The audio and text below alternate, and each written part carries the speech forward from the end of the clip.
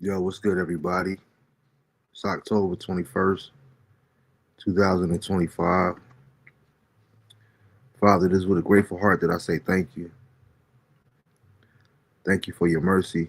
Thank you for your grace. Thank you for your love. Thank you, God, for my family. Thank you, God, for my friends. Thank you, God, for just another chance at this thing called life. I give you the utmost praise. I worship you and I glorify your name. I ask you, God, that you will bless this broadcast as well as the viewers and their families.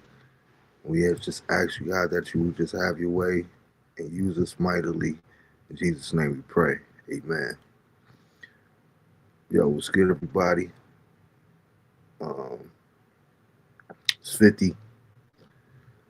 I was, please forgive the banner.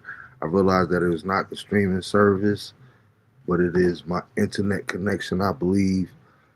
They've been doing work in my neighborhood with the new fiber optics, and that's where the lagging is coming from, I do believe. So I got to figure that out.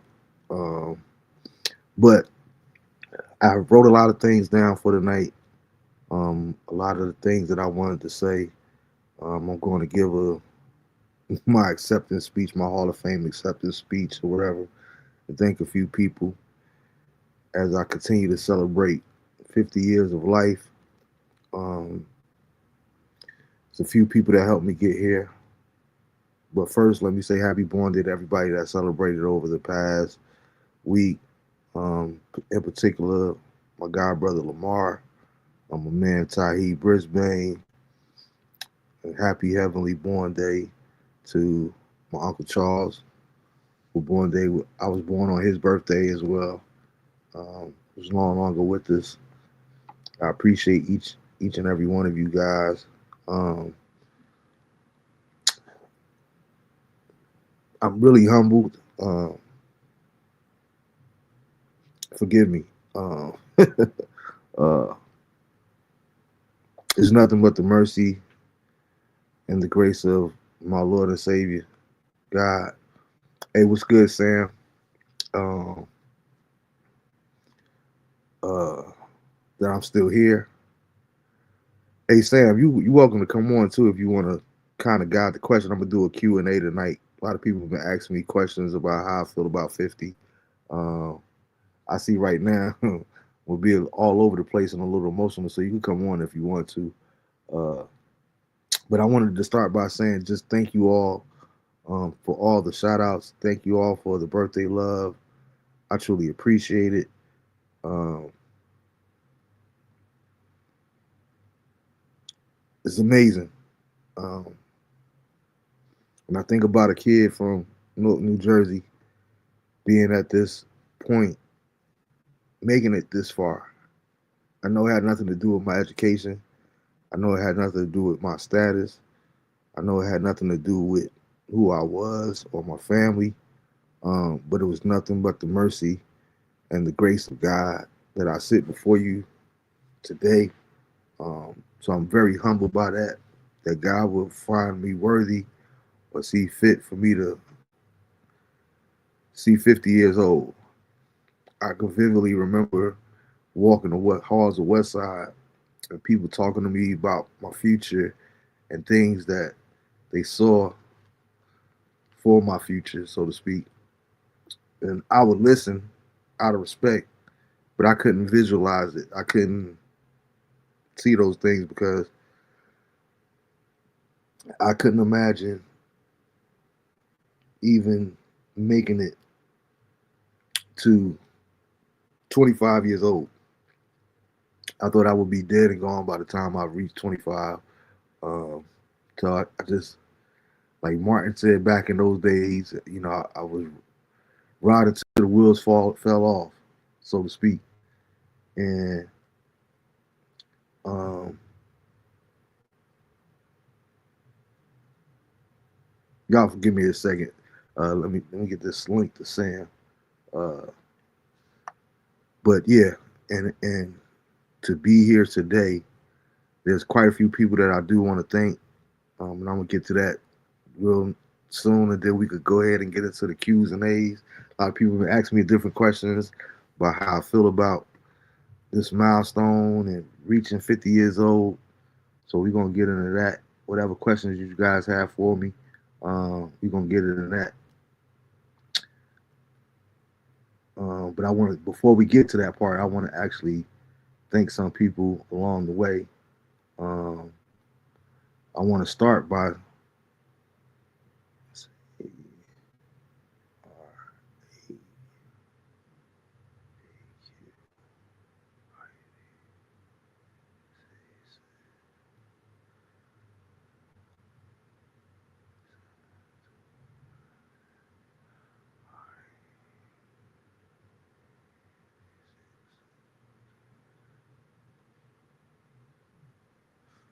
all right, all right. I got that to you, Sam.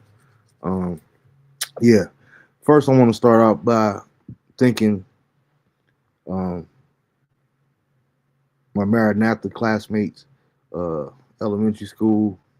Some of you guys are still here around, still rocking with your boy, all the way from elementary school. Shout out to my bro Shaka Barnes, uh, my man John Jackson, the maestro himself. Shout out to Anton Anderson, somebody that I've literally known. I think that he's Anton is literally has the title of my longest friend that I've ever known. Anton, I can remember me and Anton going to kindergarten together, and we still rocking together now, all these years later. Um, so I want to thank them, uh, Nicole, Charlene, all my teachers along the way at Maranatha, uh, Joey, uh, Bishop Vanessa Everett, um, every teacher that I had along the way. I still remember every single teacher that I had. Miss Lewis, Miss Anderson, rest in peace. Uh, Miss Robinson, rest in peace. Miss Thomas, uh, all the teachers that I had, all my classmates. Um, then I want to go. I also want to thank everybody from Westside, my Rough Rider Nation. You guys rock. You guys took a boy in, accepted him, loved him, and still many to this day, many of you still rocking with me, and I really appreciate you guys. I'd like to think that Westside helped form me. A lot of the men that you see before you today. I want to thank all my teammates, my football teammates from Westside, all the big bros, Al, Rich, Joe, rest in peace, Demetrius Foy, uh, Buka, Hot Rod, um, rest in peace, Alvin. Um, so many of you guys, Mike Batts, uh, Thomas Caldwell, who's on the show from time to time in the comments, too. All my teammates throughout the years, Duquan, all my coaches, rest in peace, Coach Whips, Coach Brian, Coach Scott, Coach Braswell, um, all my teachers, Miss Cato, Mr. Gaz, who's still rocking with me, Neil Pilata, Miss Pilata, our vice principal, rest in peace to Mr. Potts. Um, and I had wrote a lot of this stuff down, so forgive me. Um, but I do a lot better with the written than, but I really wanted to come from my heart tonight. So just bear with me. Um, uh, then I want to go on. I want to move on to uh, my Little Rock family. I moved out to Little Rock, Arkansas in 1997, and that was life changing and just an awesome experience. From the fact of when we went to Arkansas, we didn't know anybody there. We didn't have any family there. We didn't have any friends there. It's just that's where God said, "Listen, this is where the assignment is. This is where I want you guys to go." And we was obedient. And I thank God for Little Rock, Arkansas, because one thing it really showed me was that no matter what, God really got my back. wasn't no crutches in Little Rock. We had to depend on him and be obedient. And he just showed me that he can keep you if you want to be kept, as they say. Um, but it was a very life changing experience. Um, Transitioning to Arkansas, and it showed me how faithful God was when we just really trying to live our life according to His perfect plan for ours, and when we be obedient to it. So I want to thank everybody: Renee, Gabe, Monique, um, Kia, Travis, Bridget, all my crew that I got tight with, then Little Rock, and still rock with your boy to the day, even though might not always speak to each other or see each other. Know that you guys are in my heart. My brother Scott Pork Chop, who celebrated his happy born day to you too, as well. He celebrated his born day on this past week. Um, Marty, just all my family and friends from Little Rock. I want to thank my Victorious Praise family here in North Carolina. Um, that was another major transition, actually coming back to the East Coast and finally living in North Carolina. Um, Shout out to Pastor Will, Daniel Carr, Dr. Grace, Tanya. Um, Rest in peace to Dee Dee Taylor.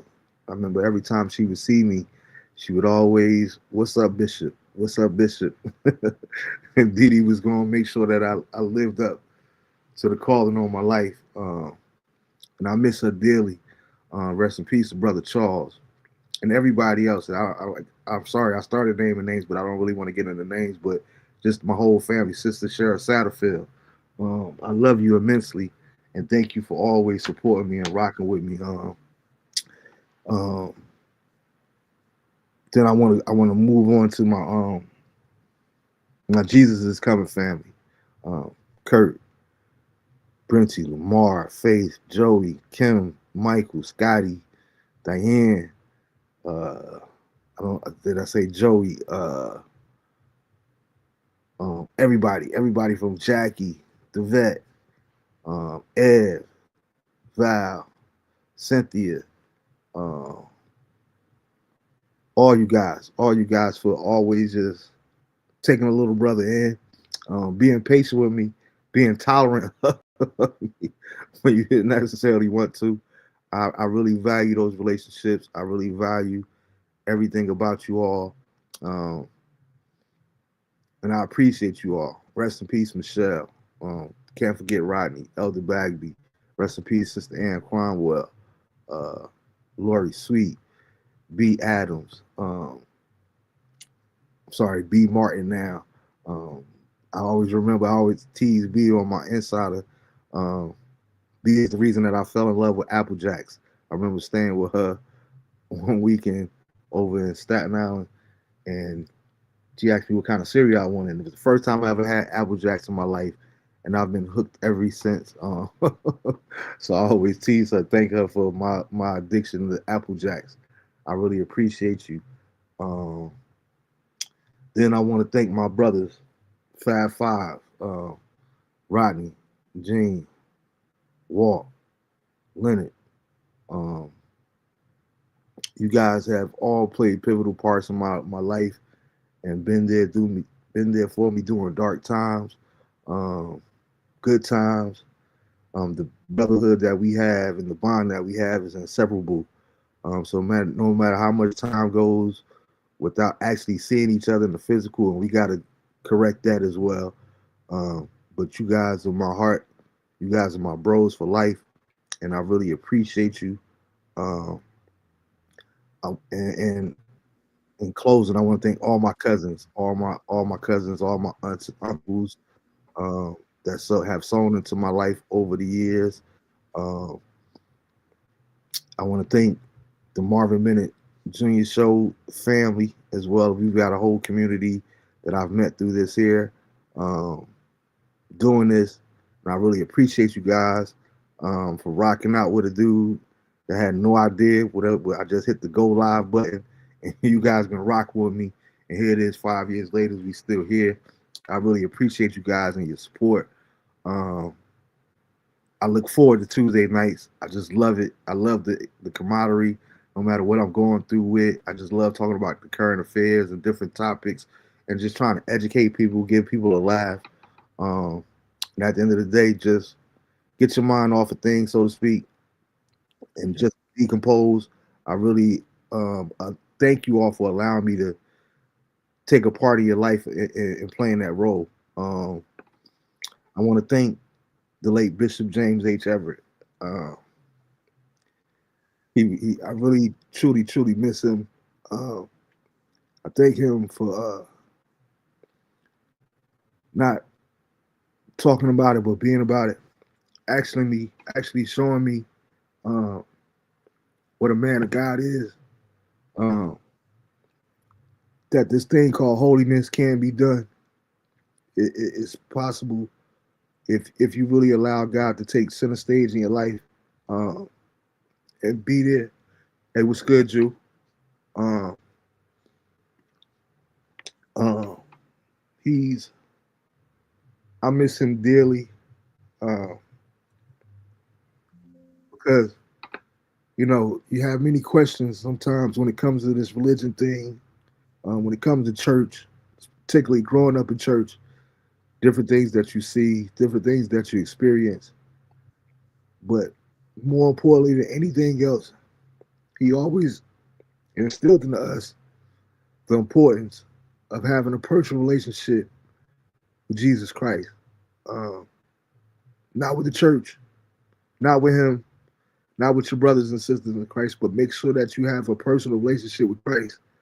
And that has carried me so far throughout my life. Uh, so I can never express how much he means to me. That's why I changed my background from Muhammad Ali to tonight to show him some love and to feel his presence and his energy, along with my brothers in the picture as well, Kev and Mar. Happy 60th to Mar as well. Um, he's out there in Vegas. I just seen the picture where he just sky jumped. I'm like, yo, bro, no wonder we just spent our board day together this year because you can have that. I'm glad you made it safely down and experienced that. I'm happy for you. But you would have did that solo. I'm not doing that. I'm not jumping out of no perfectly good plane, bro. uh, then I want to move over to my brothers, Eric and Steve. Um, I love my brothers dearly. I don't want to get into them too much because they don't like the public displays of affection. But hey, I made it to 50, so I can do whatever I want to do, and I'm the oldest. um, so I always think my brother E. Um, it's funny because people on the outside they would look at us and wonder like, do they really rock with each other? And I'm like, yo, I just love our relationship because, well, like as they say, what's understood don't need to be explained. Me and him know what our relationship is. We know how much we love each other. We know that you ain't gonna do nothing to me and get away with it in his presence, and vice versa, regardless of what you think. And you don't want those type of problems. I want to thank my brother Steve, who's allowed me to be an older brother slash uncle, father figure to him as well. We're 8 years apart, but that's my dog. He got to come and spend some time with me this week, so that was really a blessing. I started the whole Born Day activities with him and my youngest son, who's spitting image of him, act just like him, and everything else. All getting to go to dinner together. So I want to thank them for taking out the time and spending some time with your boy. I gladly appreciate it as well. So shout out to both my brothers. Um, I want to thank my mother and father. Um, my mom for always being a godly woman, um, always praying for us, even when we didn't want to be prayed for. Um, I know that she played a part in me making it this far. Her prayers and just being, like I said about my bishop, I just thank her for being always being a godly example of what a woman should be, not what I think a woman should be, or not what she thinks a woman should be, but actually being a woman of faith, a woman of integrity, um, a woman of love, and a woman of selflessness, um, for the betterment of the kingdom. Um, I want to thank my father uh, for just showing me or helping me develop the mentality. People often ask me where I get it from. My father is not a man of many words at all, but he can show you better than he can tell you. He leads by example. Uh, don't talk about it, be about it. He's the epitome of that, and I thank him for that and instilling that in me as well. Uh, I want to thank my sons. Uh, May 23rd, 1996, my life changed forever. When my oldest son was born, um, it was literally the scariest moment in my life. Um, I mentioned earlier not having aspirations of living past 25, no dreams, no agenda. But the night that the early morning that my son was born, um, it's like, oh snap, like life just changed for me. It's different now. I got to figure this thing out, and I got to be here um, because I have a whole nother human being that's looking up to me, that's dependent on me. Um, so without you even knowing, I want to thank you for uh, giving me a new perspective and a new outlook on life. Um, then came my youngest son, Elisha. Uh, I still remember being where I was spiritually and in the right place, and how aggravated I used to get when people would call you Elijah. Like it's Elisha. I realized that a lot of people didn't grow up in church like I did, and get that it's two different characters in totality. Um, but I remember praying about your name, and God gave that name to me, call you Elisha. And when you study the character of Elisha in the Bible, he was a man of double portion blessing. Um, and I see that for you. Um, Whenever you choose to get out your own way and allow God to be God in your life, the sky is going to be the limit. I really know that the hand of God is on your life. Um, you have never met a stranger, um, and there's a reason for that. God has a great purpose for your life, and the influence that you have is not all for nothing. It's not for you to be popular. It's not for you to be famous, but it's God ordained. Um, so I'm always praying for you and always rooting for you, and I want to appreciate them. Um, then last but not least, I want to thank my ex-wife, Tamika McCray. Um, there's no way I get to 50 without you. Um, I thank you for teaching me a lot about myself. Um, I often think, and I always say, I don't know what you did in your past life to be assigned to me. I bet you wish you could go back and do it again. But unfortunately, that's the hand that we was dealt. Uh, but I really appreciate you for all the nights that you held me, that you cried with me, that you were mad at me, that you loved me. Um, you were there for me through thick and thin, and I know that I don't get to make it to 50 without you. Um, so thank you for your contribution and the impact that you had on my life. All the prayers prayed. Um, Thank you for putting up with all the headaches, um, heartaches, everything that I put you through. Um, I really applaud you. I'm happy to see that you living life and doing the best that you could possibly do.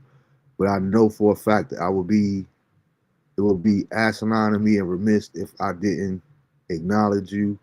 Um, you all right. You all right with me. You always will be. And I've told you this, and I don't know if I should be saying it publicly. Either you're gonna forgive me or you're not. Um, but like I told you, I might not always like you, but I will always love you. Um, and I think that is important for me to you to know that while I still have breath in my body. I'm really big on letting people know how I feel about them and the impact that they have on my life with me. Because when we get to funerals and homegoing services, I don't want people sitting there and this here and that there and oh they would have loved this and they would have did this and nah. I don't want to be playing these hypotheticals.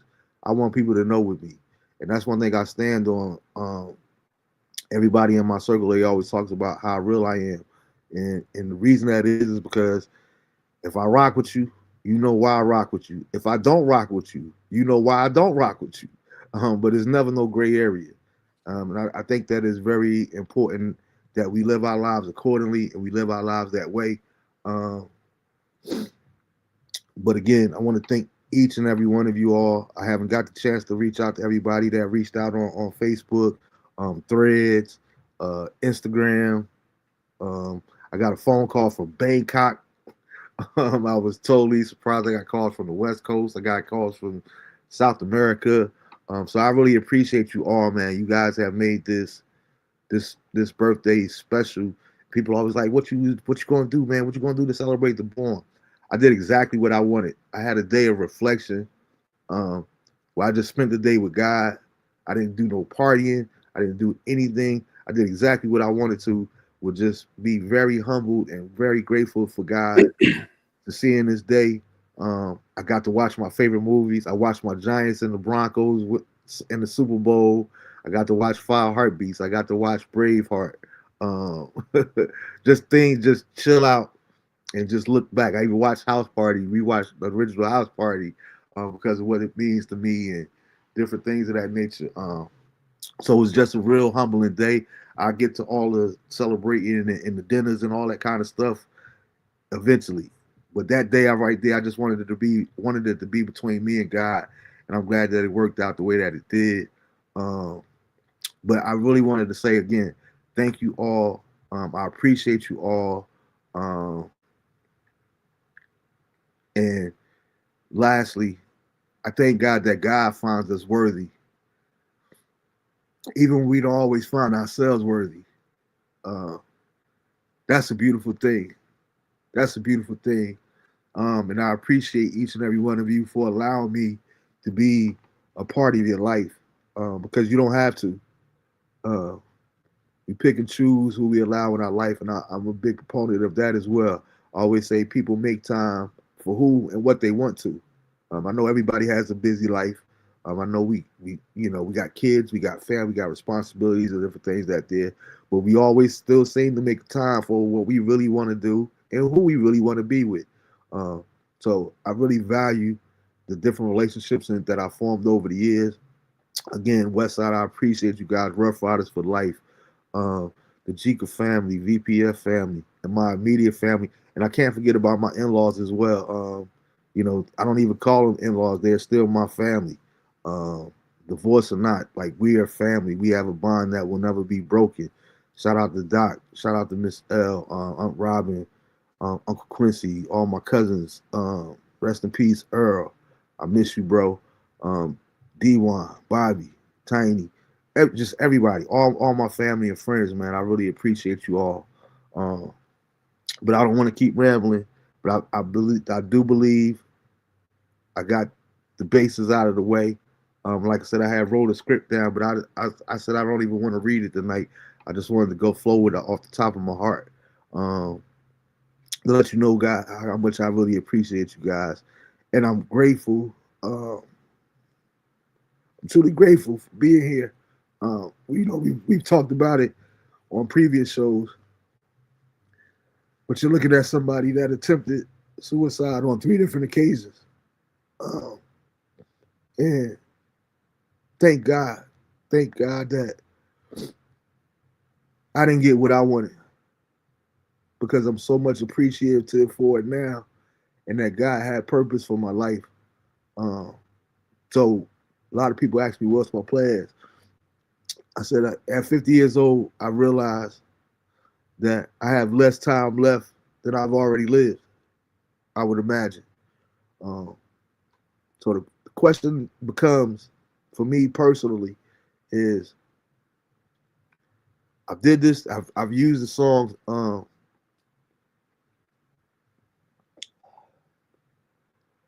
I used the song Frank Sinatra. I did it my way on my birthday post.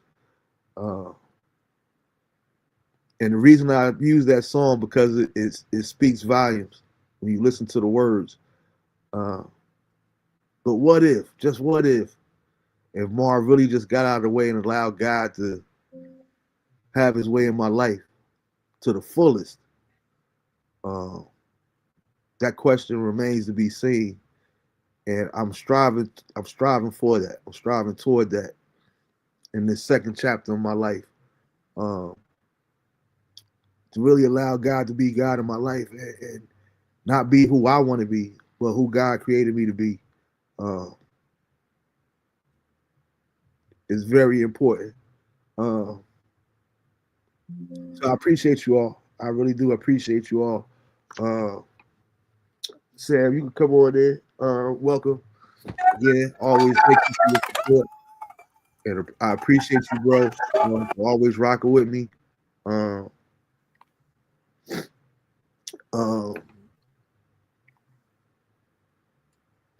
um, I appreciate it. Like I said, you can start. I got a few questions here that some people had sent me, and for those that are watching, if you got any questions that you want to ask, uh, feel free to get them in the comments, and we'll get to them.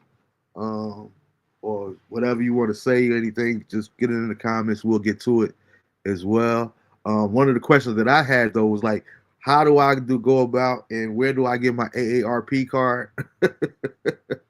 uh, I'm not a coffee drinker. I think it's 50, isn't it? That you get your AARP card. Yeah, they'll send it in the mail. They know. Okay. Okay, so yeah, I gotta check my mail because I, like I said, I'm not a coffee drinker, but I want all the discounts that I could possibly get. Uh, I'm looking forward to that as well. Um, one of the questions was, oh man, I didn't even want to start off with this, but one of the questions was, how do I feel about Marvin Winans and the clip that's been going viral? And people that really know me know exactly how I feel about Marvin Winans. Like there was a place in time where Marvin Winans could do no wrong to me. Um, and I do know that we are all sinners saved by grace. I do know that we are all human beings. We we none of us are God Himself. But I was very disappointed in the videos that I've seen, and I've heard stories in the past too, um, pertaining to his character and how he conducts himself in the pulpit, or just different criterias. But again, I'm not one of those. I'm not one of those people that you become my enemy, or because just because they're your enemy doesn't make them my enemy necessarily. If we have a relationship and a rapport, he had never did anything to me. So I valued it on that. Like you're entitled to your side of the story, just like he's entitled to his side of the story.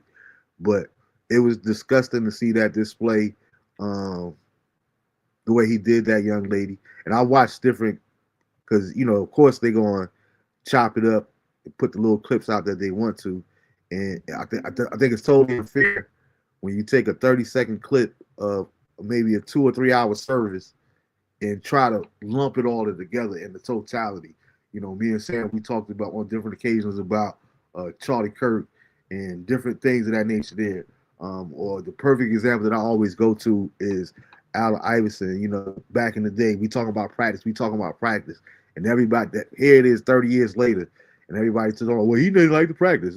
No, it's not. When you watch that whole interview in the context, he had just talked about how he wasn't sure about his contract, how he had just lost his best friend for all of his life at that particular time, and his whole point was like, I just buried my best friend, and we sit here talking about practice. They don't ever want to give you the full context of where it comes from. They just want to play the sound bite.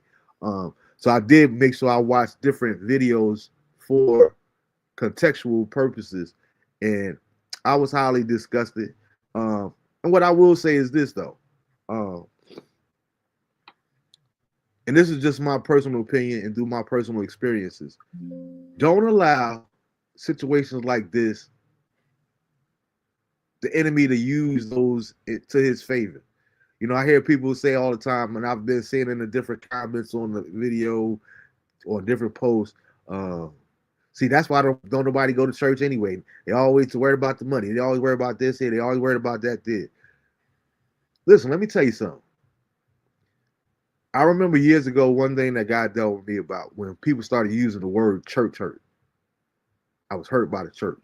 And I'm not making light of that whatsoever. People have been devastated by churches.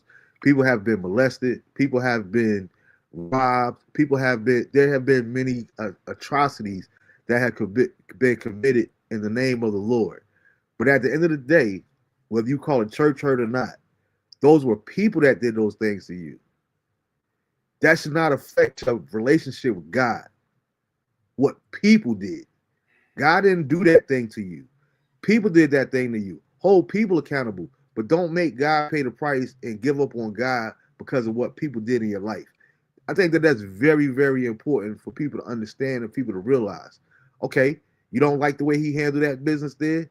That doesn't mean that you need to stop going to church. Just stop going to that church. You know what I mean? I believe that just like if you're if you know anything about horticulture or farming, God is not going to allow you to keep on sowing seed in the fertile ground and you not reap a harvest. He's going to tell you, listen, you might want to move. You might want to reposition yourself. It's not smart to plant seeds in concrete. It's not smart to plant seeds this time of year or whatever the case may be. He will lead you and guide you if you allow him. That's the key right there, if you allow him. So don't make God pay for what people do in your life. I think that that's very important. Hey, what's good, Unshell? Appreciate the birthday love too, to my Unshell. And rest in peace to my Glow. I see her name too, man. I really miss my Glow. I know that she had a big deal of me getting here as well. Rest in peace to my Myrna, my Uncle Charles, like I said earlier, my Uncle B, my grandparents. I omitted my grandparents, but I really appreciate my grandparents as well, because without them, of course, I wouldn't be here. But yeah, I really appreciate that. And again, don't let people stop or affect. Because I don't necessarily believe that you have to go to church. I'm not about to get into that whole conversation. But at the end of the day, what I do know is you shouldn't allow people to affect your relationship with Christ, with your Lord and Savior, with God Almighty. Allah, for those that don't believe in the Christian way. Nothing should ever, people or circumstances should never affect your relationship with your higher power. That's what I will say on that. But hey, go ahead, Sam. I know you come on. Oh no, I'm listening to you. You cooking? I'm listening. I understand everything you saying. Yeah, man. It's just it's amazing, man. And even when I think about you, here it is. You know, we've known each other for years, and I think about my different relationships here in North Carolina. Shout out to my bro, Big Black, Carl Merritt. Like family. He's family. But I always laugh at the fact that how we become brothers. But I think the first 2 or 3 years, me and Black would see each other each day at football practice and never said a word to each other. It was like that hood thing, like real recognize real. We sizing each other up. Hey, do I want it in? And I remember, like I said, exactly. We would speak and keep it moving but for now, us to get past that and to coach together and have some of our former players in the NFL and these different things, man. It's so awesome. But like I said, I even remember you. I'm like, man, look at this dude over here with the glasses, man. He always on baseline taking pictures and different things of that nature there. And I remember, uh, if I'm not mistaken, I believe that DeAndre and Sam graduated together.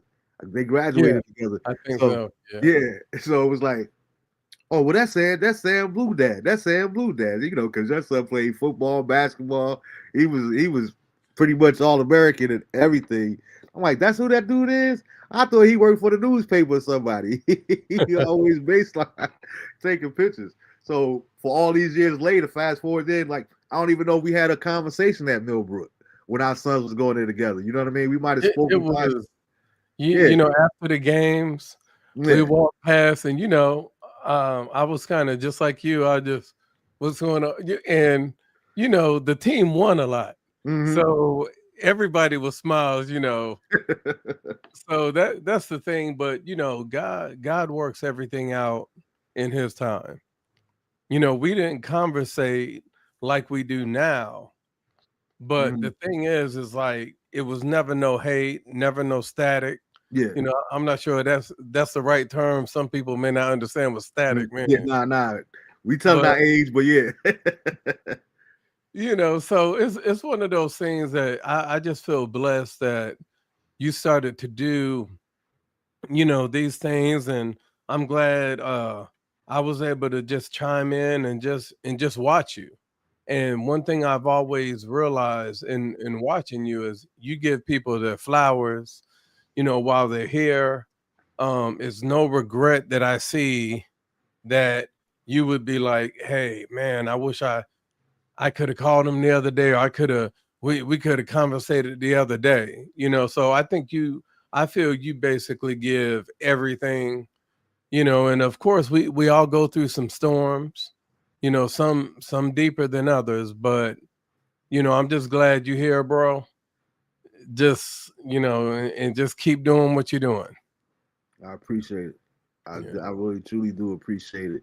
Let me get to this comment with Juju said, "You don't feel bad as a Christian to see that how he has those bros and sisters calling out how much they was given to each his own though. I don't blame some of these pastors though. I blame the people for putting up with some of this junk." Um, yeah, and thanks for that comment, Drew. I agree with you. No, I told you I'm a diehard Marvin Winans fan. I was pretty disgusted. Um, um, and it was funny because, like I said, so many people been sending it to me. How you feel about this, that? Because they know how I feel about Marvin Winans. I had a cousin, and I told him, I said, "Listen, I said I haven't posted it yet, but I do have a clip.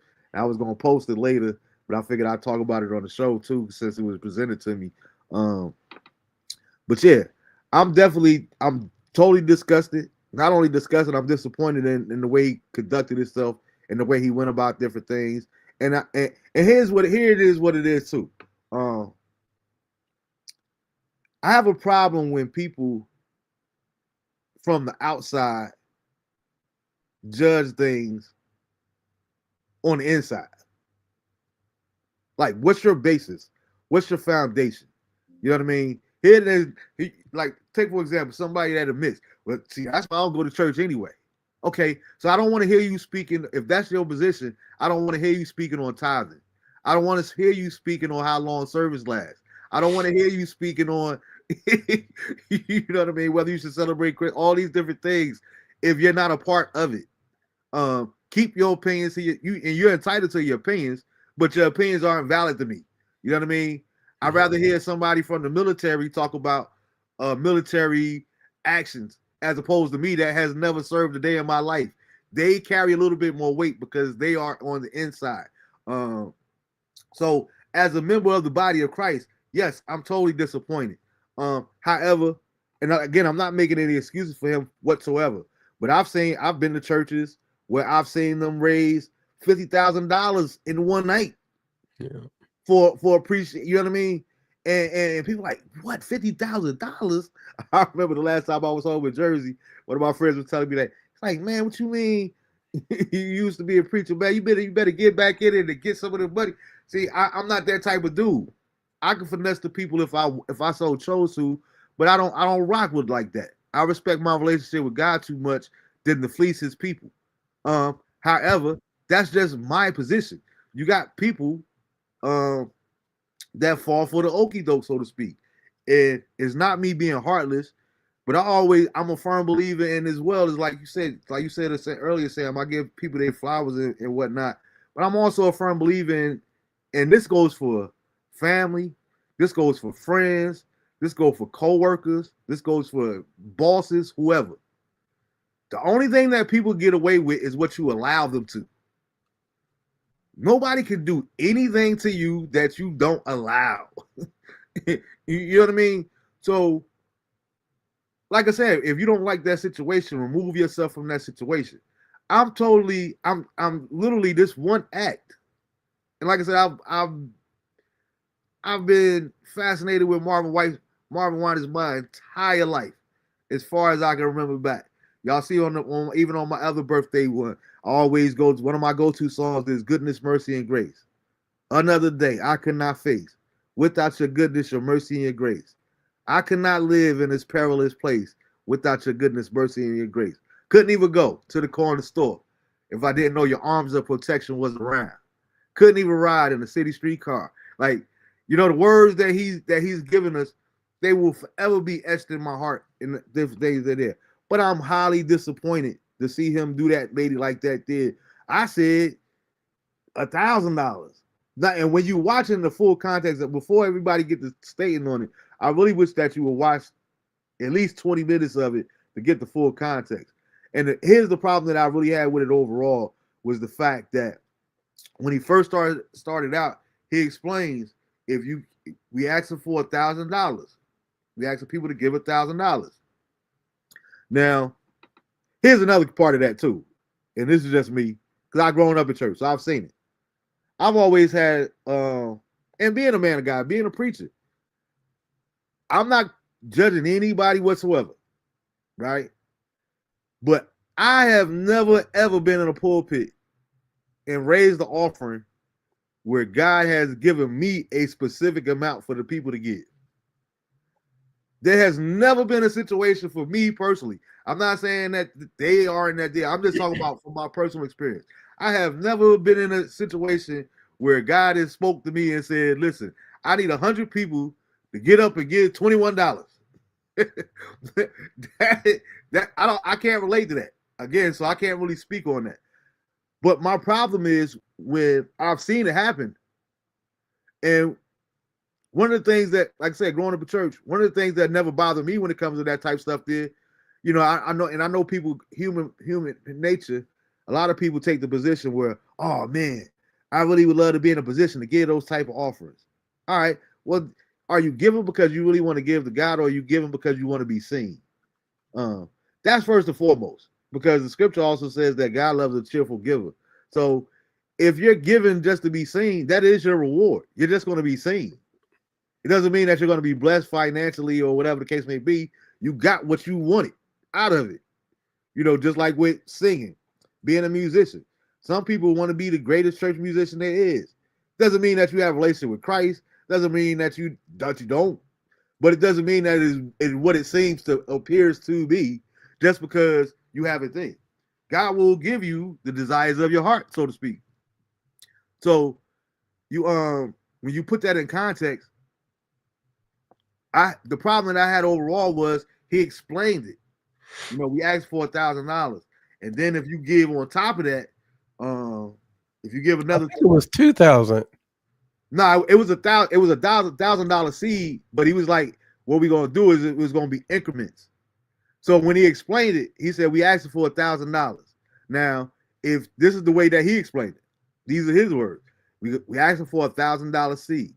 Now, if you want to do more, or if you get with somebody else and you want to get say I'm giving this $1,000 seed and I'm giving $250.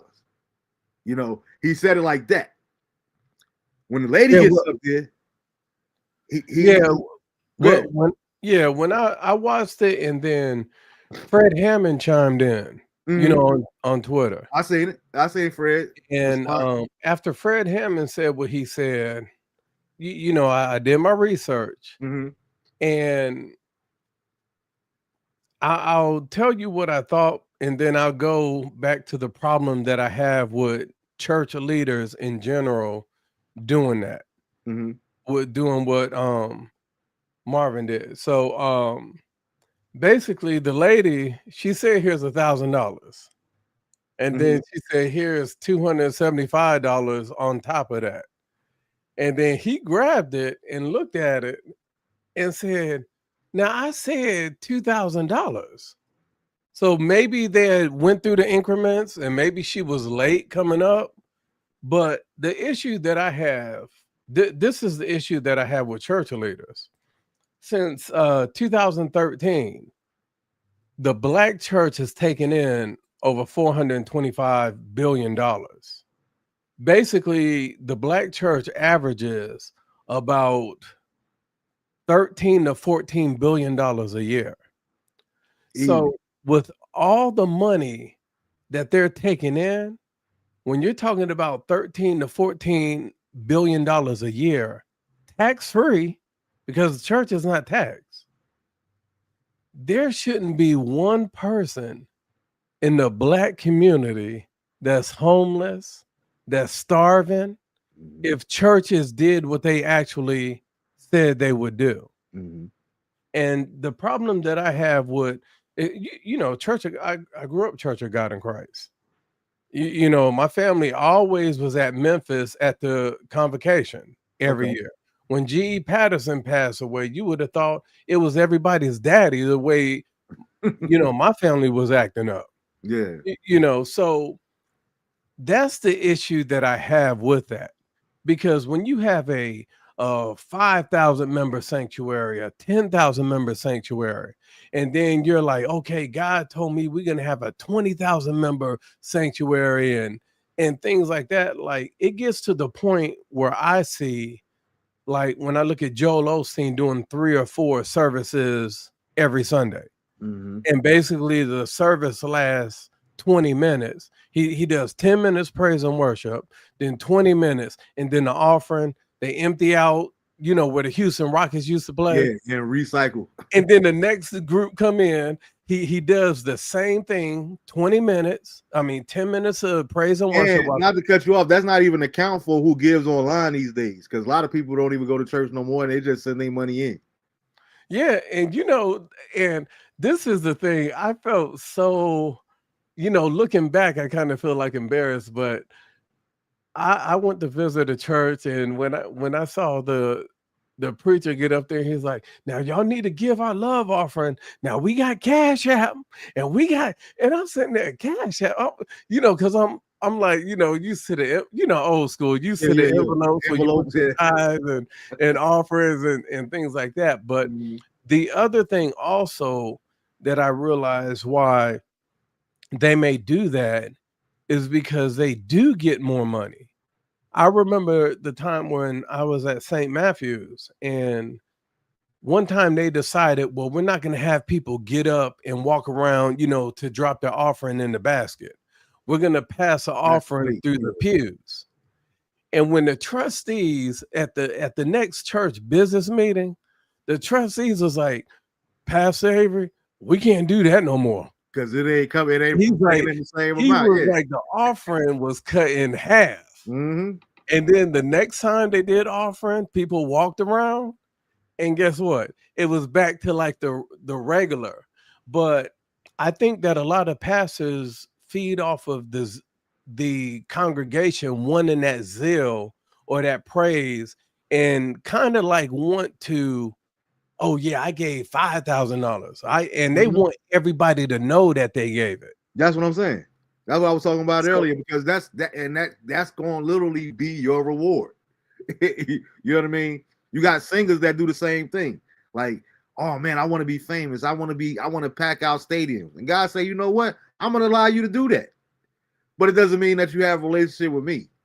Yeah. Like, do you want to use that gift to win souls for the kingdom? Not for your local church. You know what I mean? And that's one thing that I really respected about this man back here, because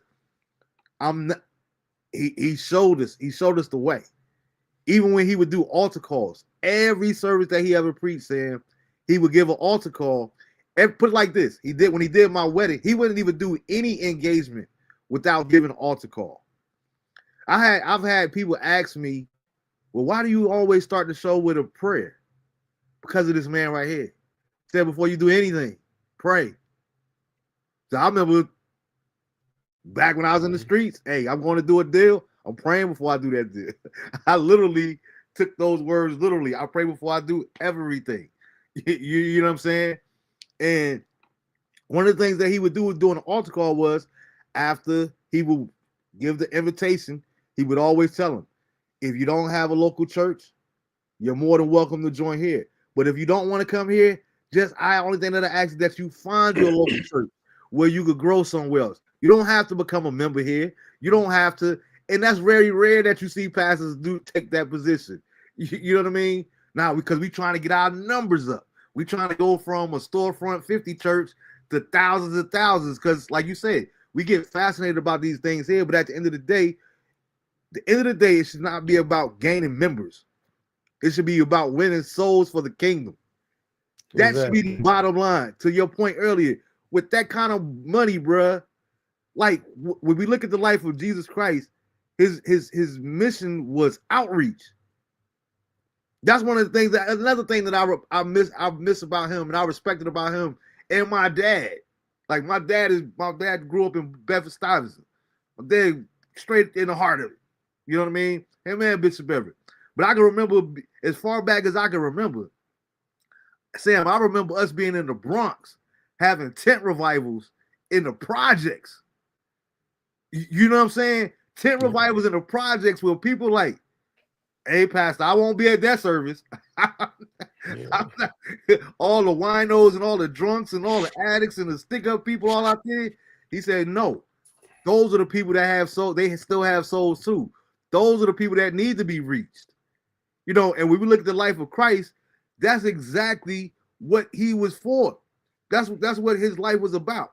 It wasn't about all the people that got doctorates in the theologians. It was about the people, the outreach ministry. So to your point, when is the last time you guys did make sure that there's a church here, and I don't know how familiar you are with, but shout out to Bishop Godby. I remember when we had that extreme, what was it?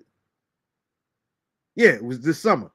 I can't remember if it was summer or winter, but this summer when it was extremely hot and we had excessive heat and all those different things. He opened up the church doors for the elderly and people that were home with their kids and babies and whatnot, so they could come in. And if they didn't have any AC at home, you could come in the church. You know, you ain't got to be no member here. You ain't got to do none of that there. You ain't got to stay for a service. We'll open up the door so you could come get some AC, so you can get something to drink, so you can get something. Like, where is the outreach ministry at in these churches these days? You know what I mean? It's like, as long as you got yours, you know what I mean? And that's one of the things that, from this side of it, that's one of the things that used to bother me about Bishop Everett, is because I've known him all my life. I remember, you know, people were saying, oh man, look at him. He riding around in a Navigator. He living here and all this here. All right. But guess what?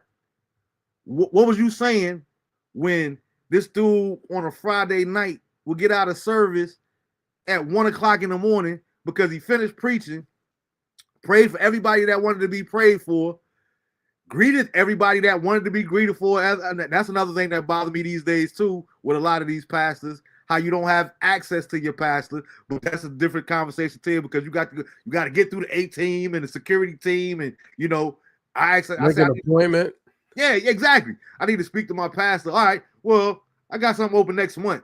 Yo, man, I'm coming to you because I need a crisis. I can't wait. I can't always wait the next month, and I don't necessarily want to talk to your second lieutenant and this assistant. I don't know these people.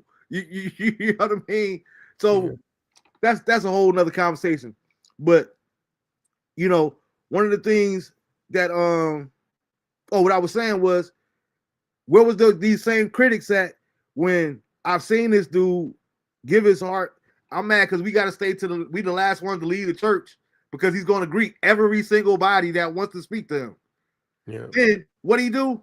It's 30 degrees outside, Sam. He got to walk across the street from the church to the bus stop.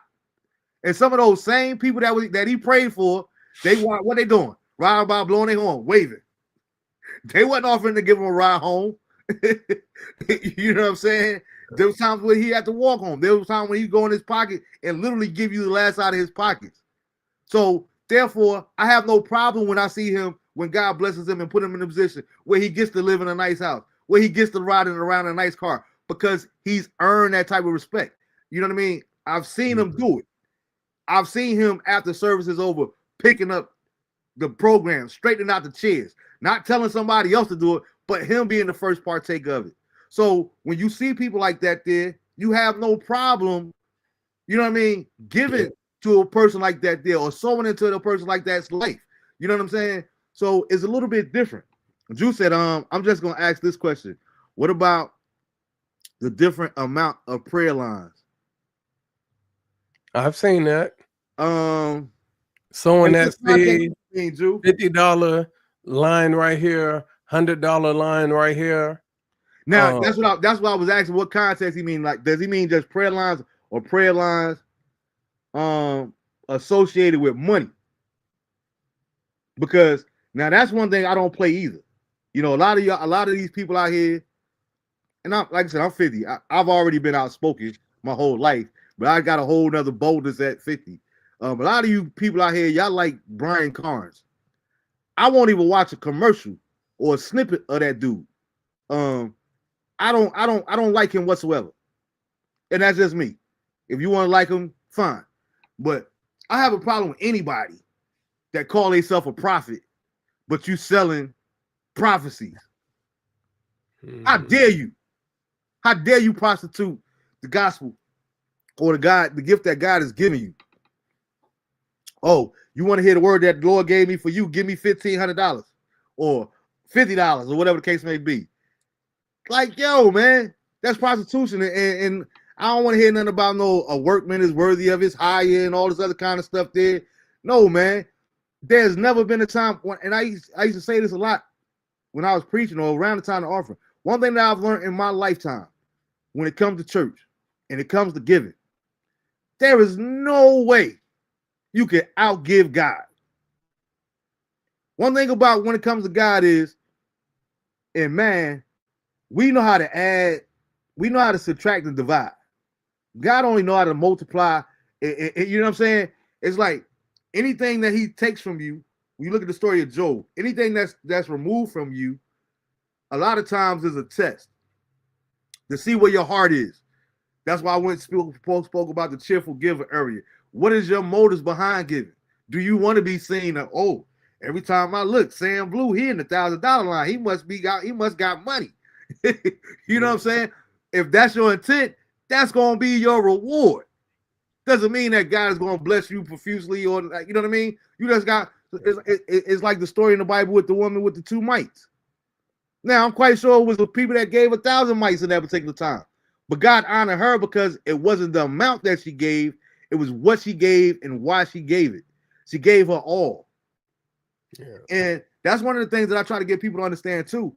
Is when you talk about ministry, tithing isn't just monetarily. You could tithe with your time when you don't have the money to give.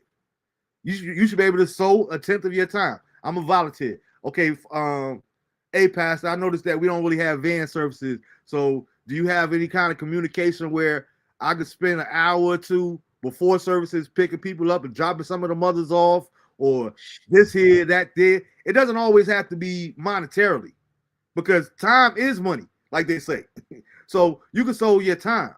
You can sow, you can dedicate different things. It doesn't always have to amount to a dollar amount, so to speak.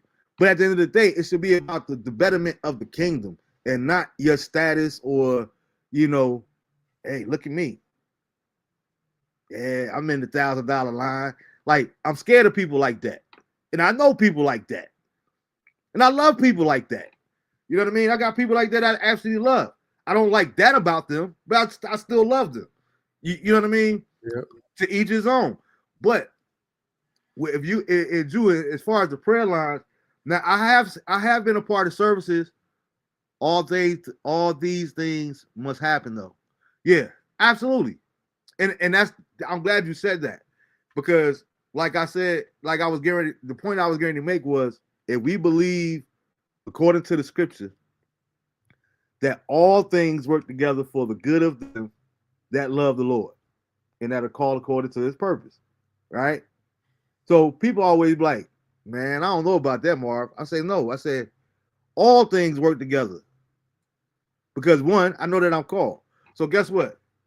When I'm in my personal time, I say, Lord, I thank you for my divorce just as much as I thank you for my marriage. Because it's a part of the all things. He didn't just say the good things, the positive things. You know what I'm saying? Yeah. We on the road to a better friendship and a relationship now, divorce, than we might have been when we were married. That's a part of the all things. It's a part of the process. And a lot of times what we do is, as believers, we don't want to trust the process. And that's what we got to do. We got to trust the process. If the fire, if the diamond isn't applied pressure to, it never becomes a diamond.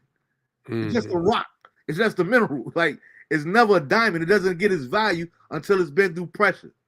Gold doesn't become gold until it goes through the fire. You're going to go through things in life. You're going to go through disappointment. You know what else would you use in the diamond? Mm-hmm. All diamonds go through some type of pressure, right, to be formed. Absolutely. What a lot of people don't realize that there's these things in some diamonds called inclusions. And you know, like little chips or micro cracks inside the diamond. Now, the difference between a flawless diamond with none of those inclusions, that perfect color grade, and a diamond like a SI4, SI5 H color, you know, kind of look yellow. You know, those haven't been the flawless diamonds have been put through the hardest pressure. Mm-hmm. That's why they're crystal clear. You look at your monoscope and you inspect it, and there's no inclusions because it's been through the hardest pressure. That's why those are more valuable. Mm-hmm. The inclusions have, a little pressure here, then let off. A little more pressure, then let off. That's why they have all those defects. So I tell people all the time that what forges a strong person with character, whether male or female, is the pressure that you've gone through in life. And the more pressure you've gone through, like sometimes we'll see somebody, we're like, oh man, they're so nice and they're really kind. I'm like, well, they probably wasn't always like that. There was probably a knucklehead. There was probably, but they went through some things in life that put that pressure on them to give them the character that they have today. And the opposite, I'm glad you brought that up because the opposite is true as well. When you got people, why they so mean? Why they so this and you don't know what that person has been through, what they've endured in life, how they've been mistreated, how they've been abused, how they've been whatever. You see what I'm saying? So you can't judge people based off of what you see on the outside because you don't know that those people experiences. Like they say, don't speak on my journey if you haven't walked a step in my shoes. My shoes is my shoes. My journey is my journey. I know about wins just as much as I know about losses. But I'm here today because I've been through so much. But thanks be to God that I've endured just as much. Because like I said, there have been times that I wanted to give up. There have been times where I literally said, I don't want to be here no more. I don't want to be funny. I don't want to be loved. I don't want to be any of that. I don't want to be here no more. But thanks be to God that he saw fit to say, you know what? Your assignment on earth is not done yet. I still got more work for you to do. I still got more people for you to reach. So go ahead and cry your little tears, dust your little self off, and get back in the grinding. Because I created you for this. I wouldn't have applied this pressure to your life if I didn't know that you could withstand it. And that's another thing that I want to encourage people to go understand too as well. Is because I always use the analogy. God won't bring you to anything that he can't bring you through. You know what I'm saying? If we really trust in God, he's not going to bring something that's going to overbear you. You know, like the scripture says, he won't put more on us than that we could bear. So it might be painful, But guess what? You're not alone. He's there with you. He's there And to you know, console and you know what some other people may say to that? Mhm. I wish he didn't trust me with so much. Dude, it ain't no some other people. Marvin, I literally say that every day. Like, Lord, why me? And then I start beating myself up because I get on other people when they always say, why me? Because it's why not you? Somebody else would have lost their mind going through a divorce. Somebody else would have lost their mind going through losing a child. Somebody else would have lost their mind. You know what I mean? Yeah. They don't want to hear nothing about no God. So God didn't get it. He didn't burden them with that there. Whether it be cancer, whether it be lupus, whether it be all these different kind of things. We're looking at it as a negative thing. And I say, no. I've learned, me personally, I've learned how to be more appreciative with those type of things because God found me worthy. Say, you know what? If I get him cancer, he ain't gonna abandon me. He gonna be down for a little minute, but he gonna withstand that. He ain't gonna turn his back on me. If I take his child, if I take his mother or take his father or whatever the case may be, you know what I'm saying? Yeah. I could trust him with that because I know that he's gonna withstand. And one of the things that I feel led to bring this up. My favorite character in the Bible is Job. And here's why. Job lost everything, and Job didn't know that God was going to give him back everything. But he lost everything, but he wasn't determined his back on God. Now, let's go back a little bit before. Before the enemy took everything from Job, what did the enemy do? He went to heaven. He had a conversation with God. Yeah. He had to get God's permission to come at Job any kind of way. So therefore, if God has no respect to person, what make you think that when the enemy brings things your way and try to fight you, that he ain't got God's permission first? Because God is always trying to tell people what that story or the reason I brought that up is because, and it's powerful, Sam. To me, just to me, this is theology. What it taught me is that, you know what? In some cases, God has more faith in me than I have in him. Yeah. Think about that for a second. For God to say, you know, hey, nah, go ahead. You can take his house. You can take his kids. You can take his wife. He ain't gonna abandon me. Devil, I show you. I'm coming at him. You can do anything you want to except take his life. You can take anything you want to from his life.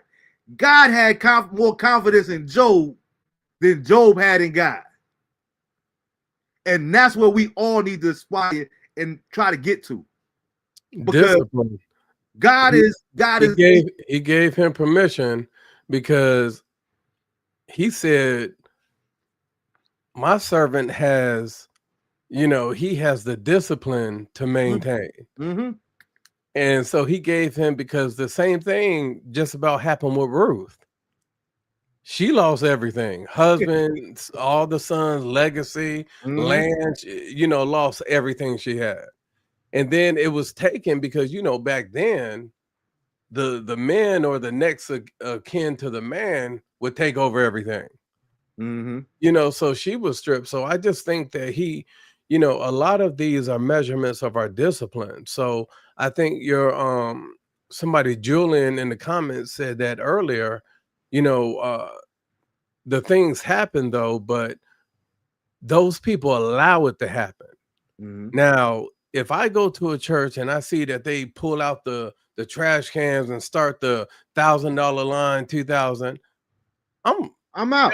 That'll be the last time I'm in the church. Like, we I'm have out. our choice whether we go there or not. Mm-hmm. And we also have to get to a point where these leaders, that we're holding them accountable, because right now they're just being told, yes, whatever you say, whatever this, when if we want to be honest, a lot of these preachers are just in it for the hustle, for that tax-free money. Mm-hmm. That's I won't say a lot, but far too many. A lot of them. I'm gonna say a lot. Far too many. Yeah, I just think, money is not the root of all evil. Greed is. Mm-hmm. And some people just don't have that discipline. When I look at Marion Barry, when I look at Kwame Kilpatrick, when I look at, you look back to Al Sharpton, when he was a dang on informant, You ain't like, gonna let that go. I mean, it's just, Now I feel yeah. it is what it is, Mhm. but the thing is like I want people to actually research the people that they hold in high regards. Like, There there you was go. a young lady that when Nikki Giovanni passed away, right? She had posted something and said, "Oh, Nikki Giovanni, my biggest inspiration."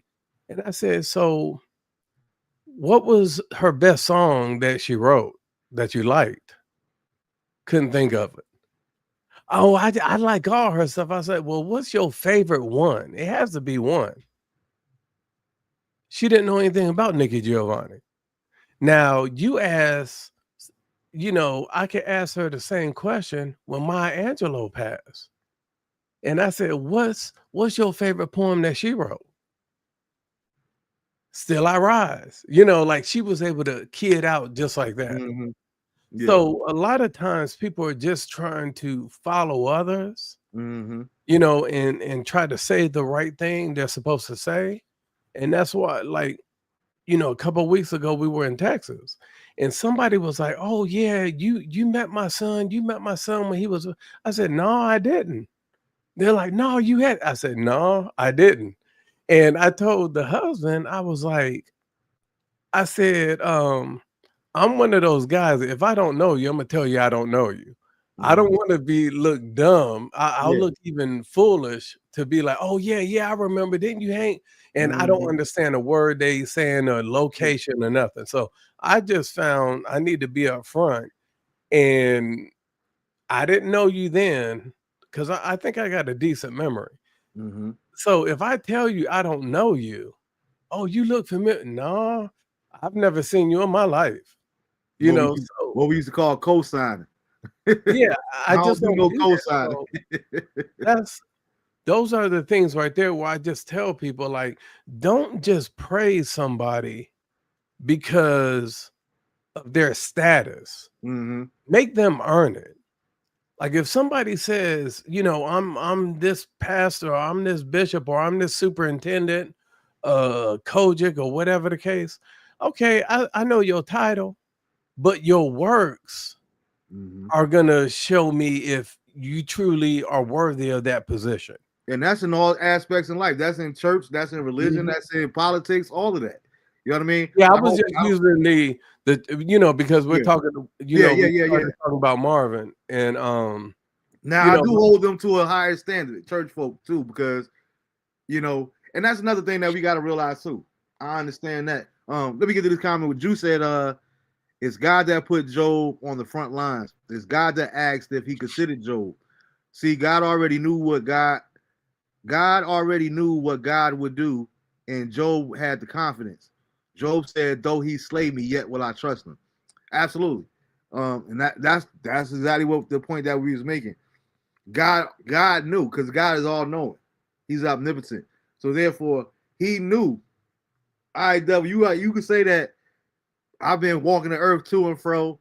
I guarantee you, I'm willing to bet you, God. I'm willing to bet you that I can find somebody that. And God said, okay. Is the reason that he ain't say Ananias, is the reason that he ain't say this one, or whoever else was living during that time. It was a specific reason that God said, that Drew said, have you considered my servant Job? Not the man Job, but my servant Job. You know what I mean? So I think that it's very valuable, man. yeah, It's a valuable lesson. But like I said, even when I was talking about my dad earlier, is I would love to see more people be about it as opposed to talk about it. Um, you know what I mean? And that goes for like politics and everything else. You keep telling me now, mind you, politics is a little bit different because I always use the comparison when it comes to police, right? I have no I don't have a lot of empathy for when it comes to police because of personal experiences. I've been picked up by the police. I've been abused by the police. I've been picked up by the police and taken to the other side of town and beaten within half an inch of my life and never make it to the precinct. That's been my experience with police. So I feel the type of way. I don't tell anybody else to feel that type of way. However, having said that, I do know a lot of police officers. I do know that a lot of police officers aren't corrupt, just like how we talk about preachers, but there are far too many that are. You know what I mean? They in that badge. It's too easy to get a badge. Just imagine if you've been bullied your whole entire life. I don't think that you would be a worthy candidate, or you shouldn't be a worthy candidate to become a police officer, because you're not going to be bullied anymore. You're going to take advantage of the power. Some people, not all, but some people. Having said that, I don't think that nobody enters the police force saying I'm gonna be a dirty cop. I don't think that nobody gets into politics to say, you know what, I'm in here just to finesse the people. I believe a lot of times that they want to do right, they want to do these good things, and I do believe that they want to have an impact on the community. But once you get in on the inside, you see what I'm saying? And that's why I have also a different perspective on church, because I've been a lay member and I've also been in things behind the scenes. And like I said, I'm not going to say that every church is like that, because I know that every church isn't. But I've seen a lot of things in church, and I'm like, oh, wow. Yeah. Y'all about that life. This ain't nothing but a street hustle. Like, you know what I mean? And that's what I always try to tell people, too. Like, when they come to Christ, whether it's Christ or you get to Islam or whatever the case may be, a lot of times, even with music, I know a lot of artists. So let's move it outside of religion. I know a lot of artists, personally. One thing I try to tell people, and I'm using a comparison with ministry, but I'm using a secular comparison. A lot of times what you do is when you, let's say, hypothetically, we just use anybody, Mary J. Blige or Babyface or whoever.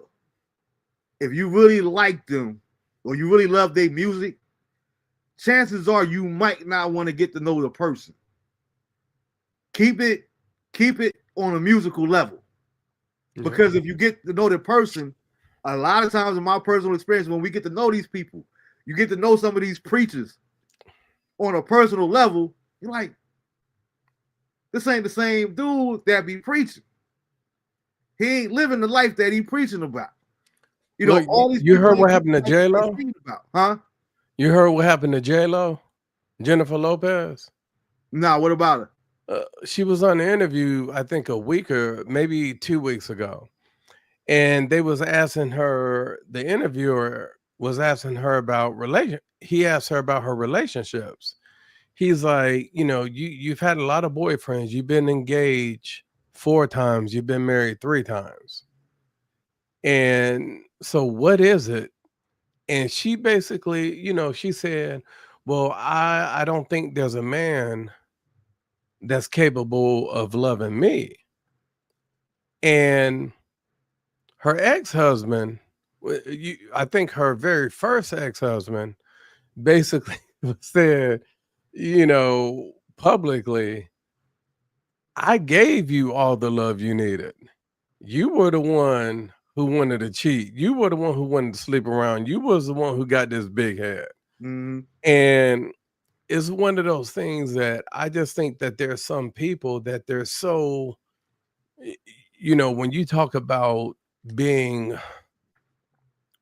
you know, a man sacrificing for his wife and a woman's submitting, like people don't know the context of those things because they don't study it.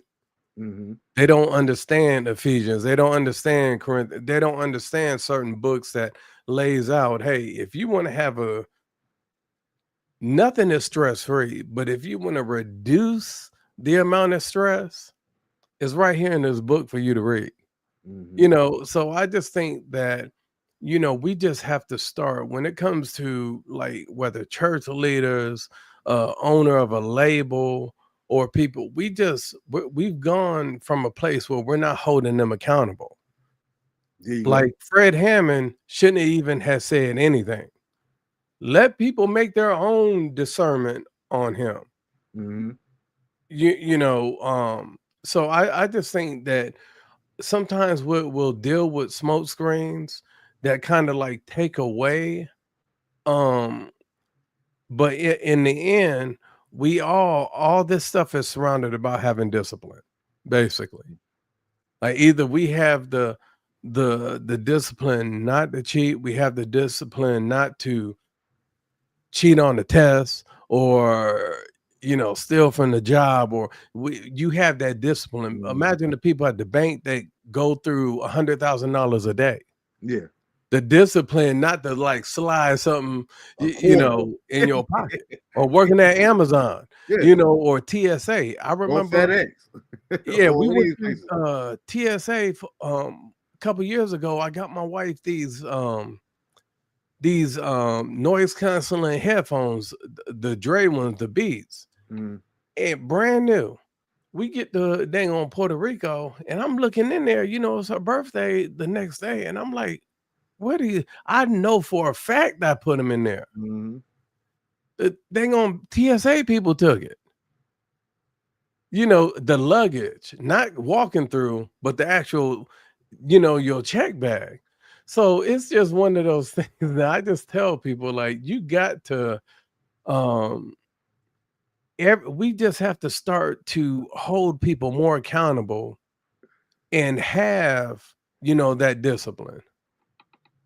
Mm. Uh, Drew What said Julian these said, he are was a examples of good those cheater. that are good. These are examples to those that God will raise up. It is even an example to everything in life. And he Mhm. also said, "Man, I was a great cheater on my test." I don't know. I don't think we ever had no classes together, did we, Drew? I think one year we had gym together, but we had the same gym period, but we was in different classes. But yeah, man, it's just like you said, to each his own, and it really boils down to, like you said, it really comes down to discipline. I've learned that. Got to keep those that want to be kept. At the end of the day, you don't have to cheat. You can be faithful in a relationship if you want to. If all these different things, you could exceed in life, or you could do, challenge yourself in new ways. But you got to stop letting outside forces dictate your worth. That's one of the reasons that bothers me about social media sometimes. People, even with me doing the show, like, I can honestly admit that I rarely go to look to see how many views is on there, whether it's 2,000. Like, I don't really be caught up in the numbers because it's gonna reach who it needs to reach. Yeah. I'm just crazy enough to really believe that. If it take off to become a nationally syndicated show, like our boy like to say, so be it. If that's a part of God's plan for my life, then it will be that. But I'm not worried about that. That's not my goal, because I don't let other people or society dictate to me what's hot. You know what I mean? To this day, one of my friends was like, they was with me not too long ago, and I wanted to get some jeans to wear. And they was like, "Man, you still be wearing Levi's?" I'm like, "Yo, there's no other jeans that I really buy other than Levi's." Now, I don't care if Levi's became like Lee's, or what was the Wranglers and all that there. Look at it with the What you Lee's. know about the pinstripe Lees? Nothing. Nothing. Like, What about the permanent creases? Get onto the to us, that's country. We're not doing that. I used to laugh with people. Like, matter of fact, I was literally somewhere with my dad last week. Said, if we see somebody like that, I was like, "Yo," I said, he really went back. I ain't seen no permanent creases in forever. Yeah, Like, that's straight stitched up. the I never even two-tone seen that in New jeans. Jersey, to be honest with you. Look, the two-tone jeans, all that. Oh yeah. It's like, I like what I like, and Big Five, when Big Five was on the show previously, he said, I remember him saying that too, because I didn't know how to take it at first, but he's like, that's one thing I always liked about Marv, man. Marv do what he want to do, man. Marv wear he dress how he dress. You know, like what that mean? Like you saying I can't dress or what? Like he's like, but his point was I don't let other people dictate to me because you tell me that a 500 pair of gazelles that you're gonna take the lens out is the hot thing. I'm not that. I ain't got it like that. I don't care. Glasses don't make the man. Neither do clothes. I like to think that I am who I am. I can rock whatever I want to rock. You know what I'm saying? Get away with it. You know, so I think that's a lot of times what people do. You know, we get the social, first thing they do is they get on social media. Let me see how many people like my posts and all the stuff that I be posting. And I'm glad I thought about that too. For all those that have been reaching out to me, I appreciate it too. But Facebook has had my page on restriction for like at least like 2 or 3 months now, and it's getting more and more restricted. So I want to thank everybody too, a lot of times too, because I know that the only time that you seeing my stuff is because you're physically going to my page. I know that they're not because they tell me that they're not recommending my page because whatever, because they don't like the content that I'm sharing, and I'm going to share whatever I want to share until I can't share it no more. You know what I'm saying? And that goes for funny stuff because anything that I post has not been it doesn't go against their guidelines. I'm not no rebel in that aspect. I'm gonna just post whatever I want to be. I make sure I post stuff like prime example. It all started 2 Thanksgivings ago when I was telling people why I don't celebrate Thanksgiving, and if you do celebrate Thanksgiving, because of course I hang with the family and all that kind of stuff there, but let's remember why Thanksgiving is what Thanksgiving is. And in the post that I made, I used a picture of an original Indian. Oh, that's it wasn't no nudity. It wasn't no nothing crazy. They didn't go against no guidelines. It just, oh no, we can't be doing that kind of stuff there. You know what I mean? Then when Aaron Rodgers signed with the Jets, I was like, I don't see how people rocking with this dude. That's all I said in the post. Yeah. They assumed that I was talking about Trump, so they restricted my page even more. You see what I'm saying? So that's why even when me and you were talking about freedom of speech, like to me, and I hear what you're saying, it's more or less of a concept because I don't believe that if it was truly free, I would have to worry about consequences. But of course, in the society that we live in, there's consequences, and it costs you. Freedom gonna cost you something. You know what I mean? One way or another.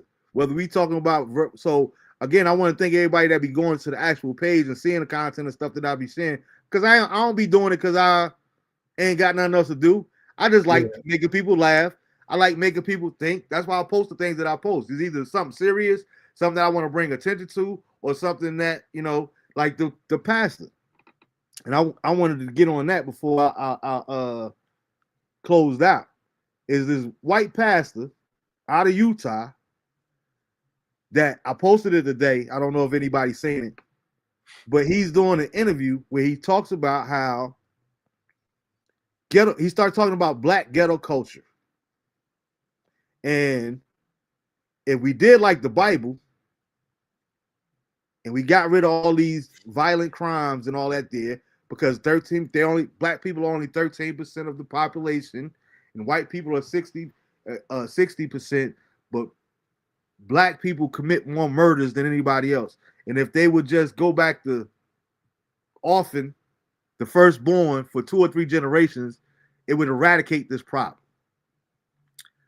One, how dare you speak on black culture as a white man? I said the same thing when it came to Biden. You're not black if you don't vote for me. How dare you speak as a white man? How dare you speak on my blackness? That's first and foremost. How dare you, a preacher from Utah, America, United States, speak on the ghettos of America that you've never been a part of, like I was talking about earlier with the church. I don't want to hear nothing from the outside, your outside opinion, unless you're on the inside. Have you ever been into I get what you see on Law and Order, SUV, and all these different shows when you watch. and what you see on Dateline and all that kind of stuff there. But how dare you use the Bible to how dare you use the Bible to ostracize a people, specifically black folk, when you ain't talking about and you know, me and you talked about the same thing with Charlie Kirk. And I know you feel a little bit different than I do, but it's like, you know, I remember watching on the Winners with you guys. They were saying, you know, he didn't believe in color, and I ain't saying that he did, but I find it real peculiar that somebody that doesn't believe in race, for them to always talk about when I see a black pilot or when I see this here, that, you know what I mean? You don't believe in race, but you're using these words still. Here it is, this dude, this pastor Brian Suave or something. I'm gonna make sure I post his name because I want everybody to go out there and send this mug all kind of letters and everything else. I seen we're not gonna make them popular, but just our discotheque. I remember one lady, I remember reading one comment, and the lady said that how she had just sent them a letter, but of course she ain't hear no response. I said, yeah, that's a good idea. Let's antagonize him, because you ain't talking about violent crimes. You're not just talking about murder. Because if that's the case, how about we take all these meth heads and all their fathers take them and off them? All these school shooters. We wouldn't have that problem no more if y'all did that too. I don't want to hear you talking about black culture and ghetto, what goes on in the ghetto of America, when you know nothing at all about the ghetto of America. You never walked a step in my shoes. So how dare you have the audacity to talk about fathers need to, we would be totally eradicated of these problems here. Like black folk, last I checked, black folk ain't in no basement building no bombs. You know what I'm saying? Going to school, shooting mass school shootings, teachers, innocent people that they don't know, and all this other kind of stuff. We don't see that in our culture, but you're not speaking on that. So you're not speaking against violence. You're talking about black violence and the things that you see wrong with us. No, if you're coming from, especially as a preacher, I'm gonna hold you to a higher standard and talk about violence. Don't break it down into black, Mexican, this here and that there. You out of bounds, bro.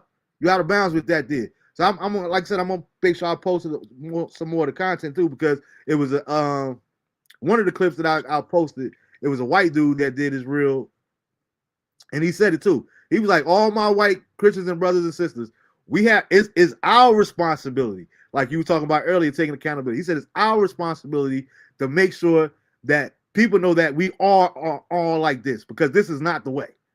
You know what I mean? So it was actually good to see somebody of their culture speaking against these things that this dude was saying.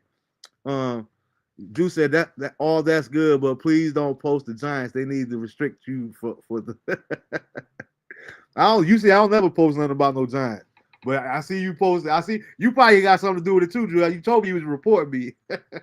I'm gonna hold you responsible. I sent him something. I'm gonna send it to you later. Sam. He a Dolphin fan. I sent him something. Somebody had sent me Dolphins. Yeah, with Tua.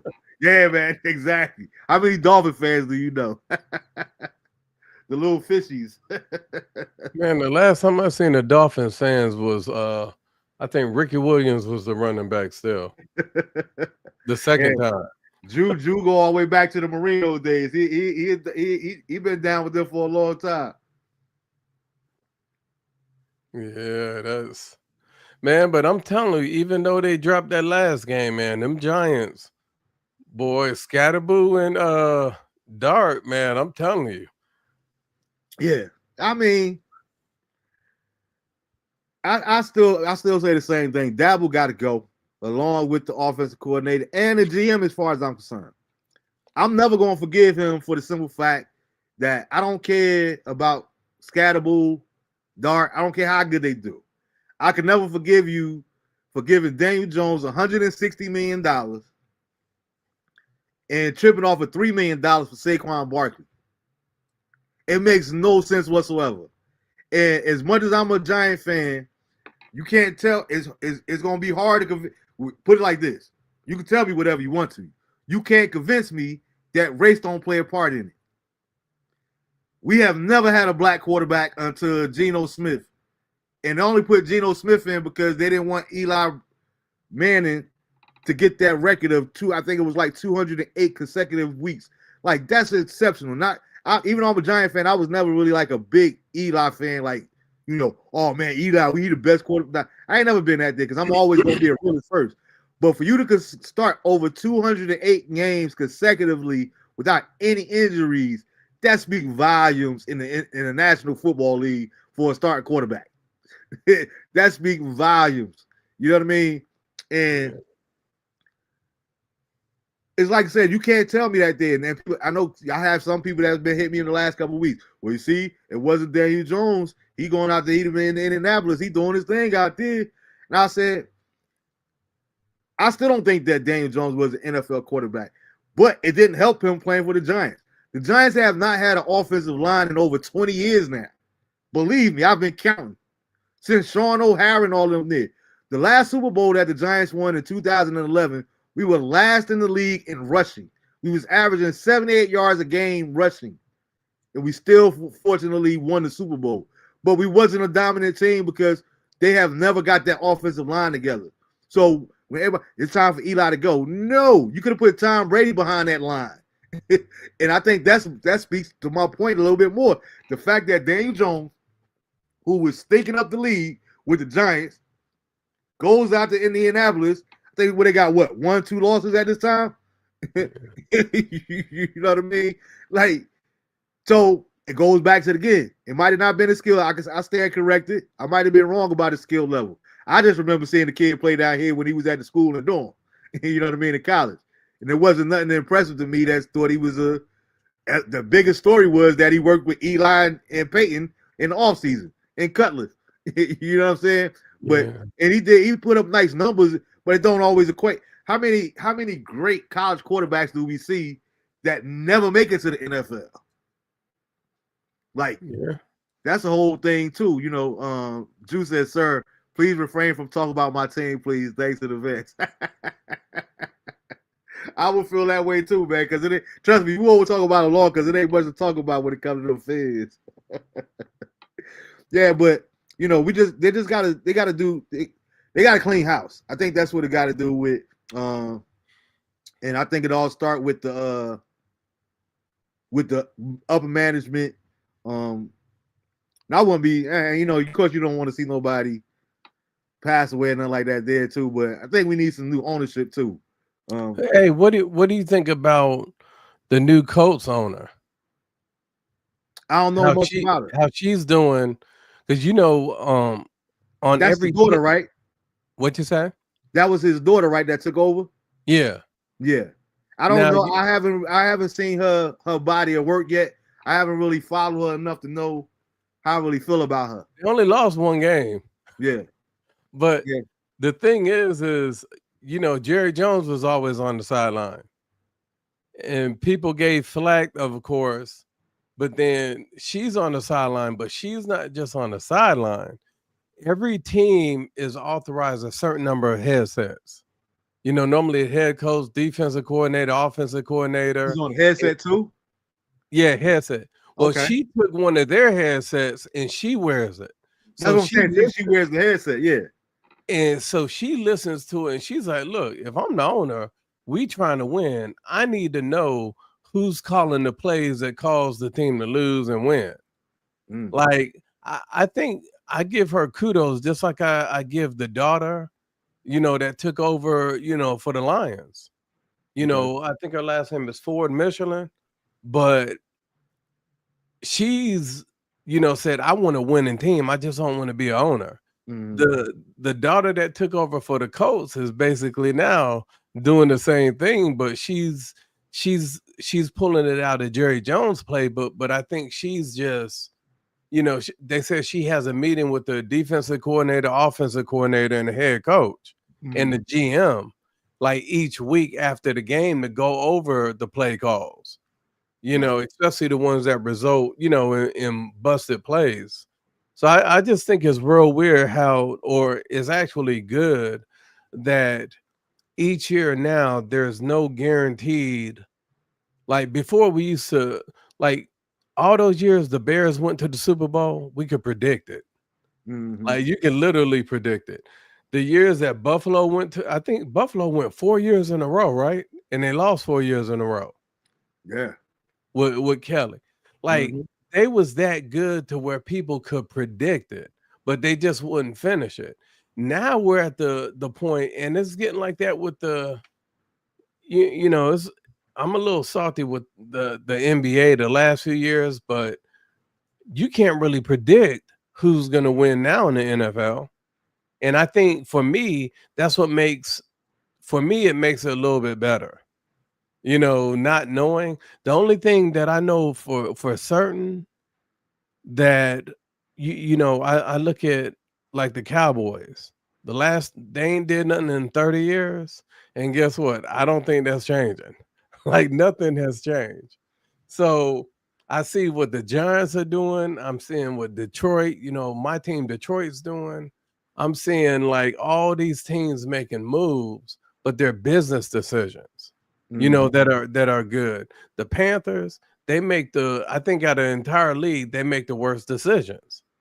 And it reflects, you know, they got some good players, but they just horrible with business. Yeah. And for me, I'm kind of on the opposite end of the spectrum. I think what it does is for me, well, that's just sports and all.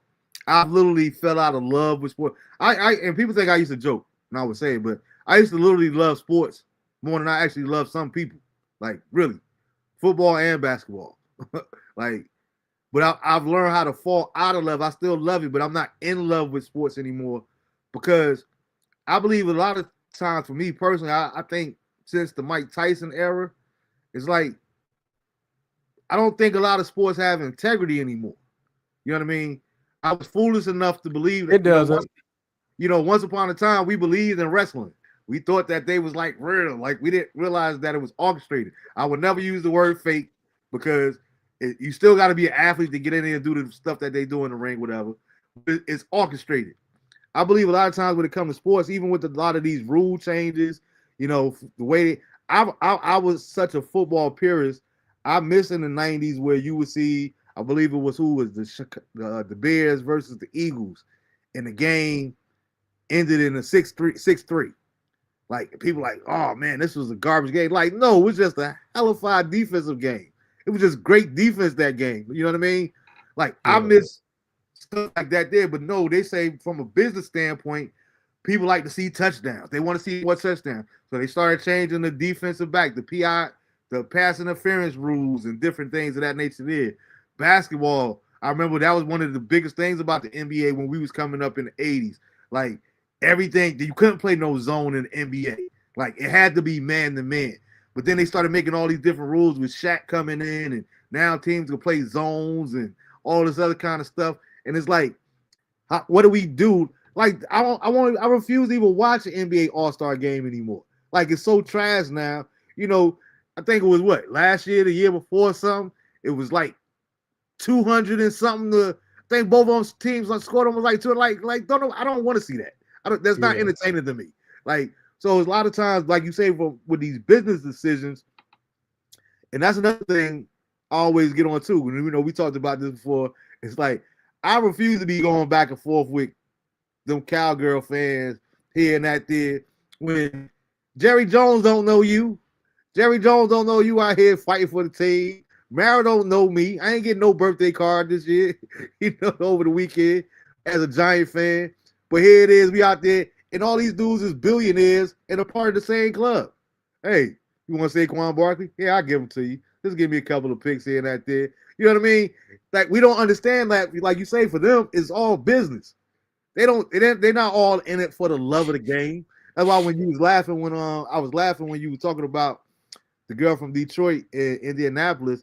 Like you said, she took a page out of Jerry Jones. She might have took a page out of what's her name, Christina Paggiani, Any Given Sunday, the Cameron Diaz character.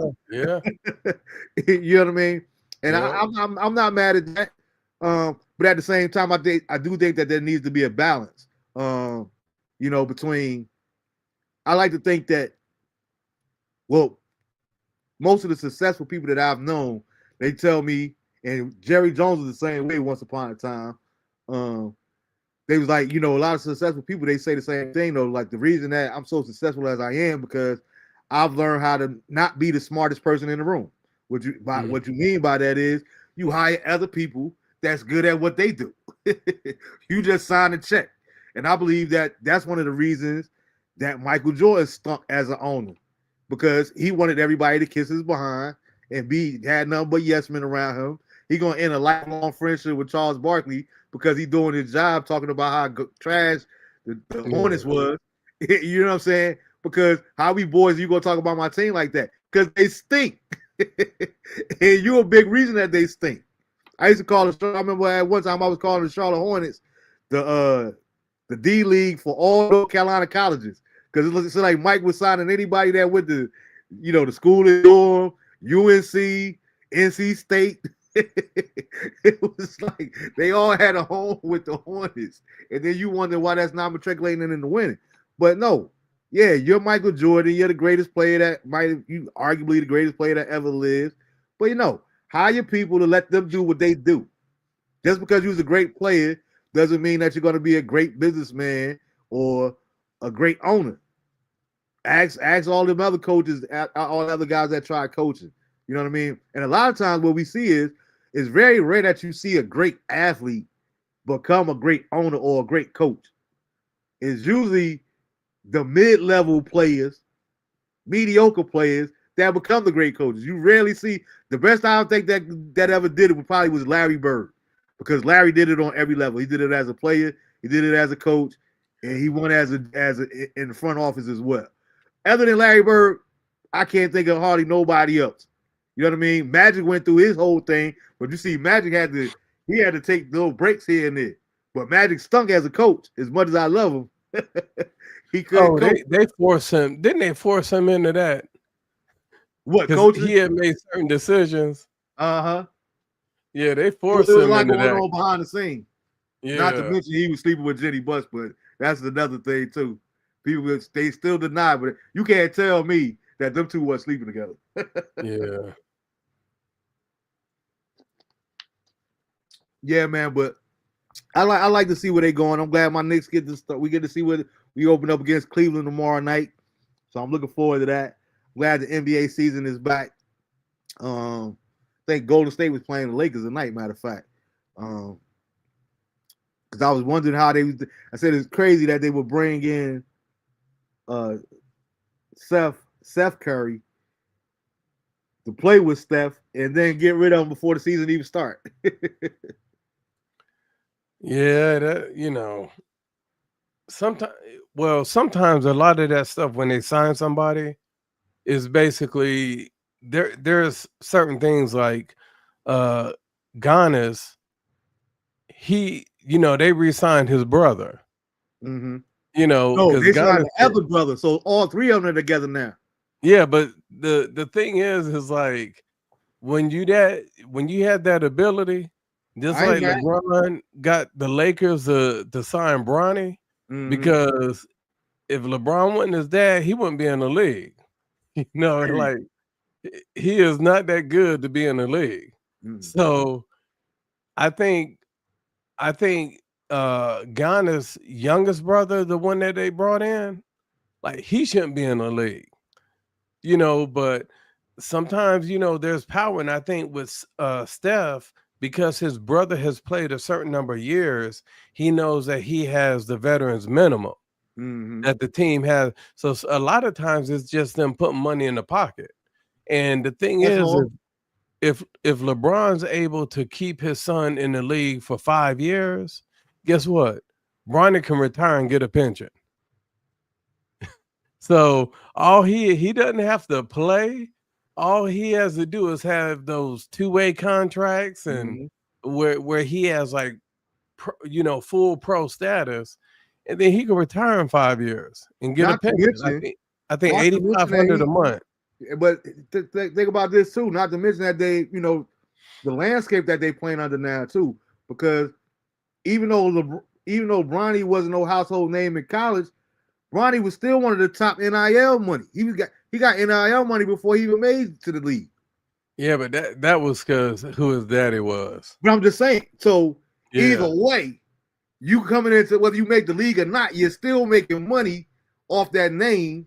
You know what I'm saying? Oh well, this is the thing. How the most of the NIL contracts work. Mm-hmm. Basically, they're based off production. So yeah, it may say, okay, your NIL is worth $6.5 million a year. That's what it's worth. So it's just like you buy a house, and let's say you buy the house for $200K, and let's say the value goes up in 5 years of 400 or $500K. Well, guess what?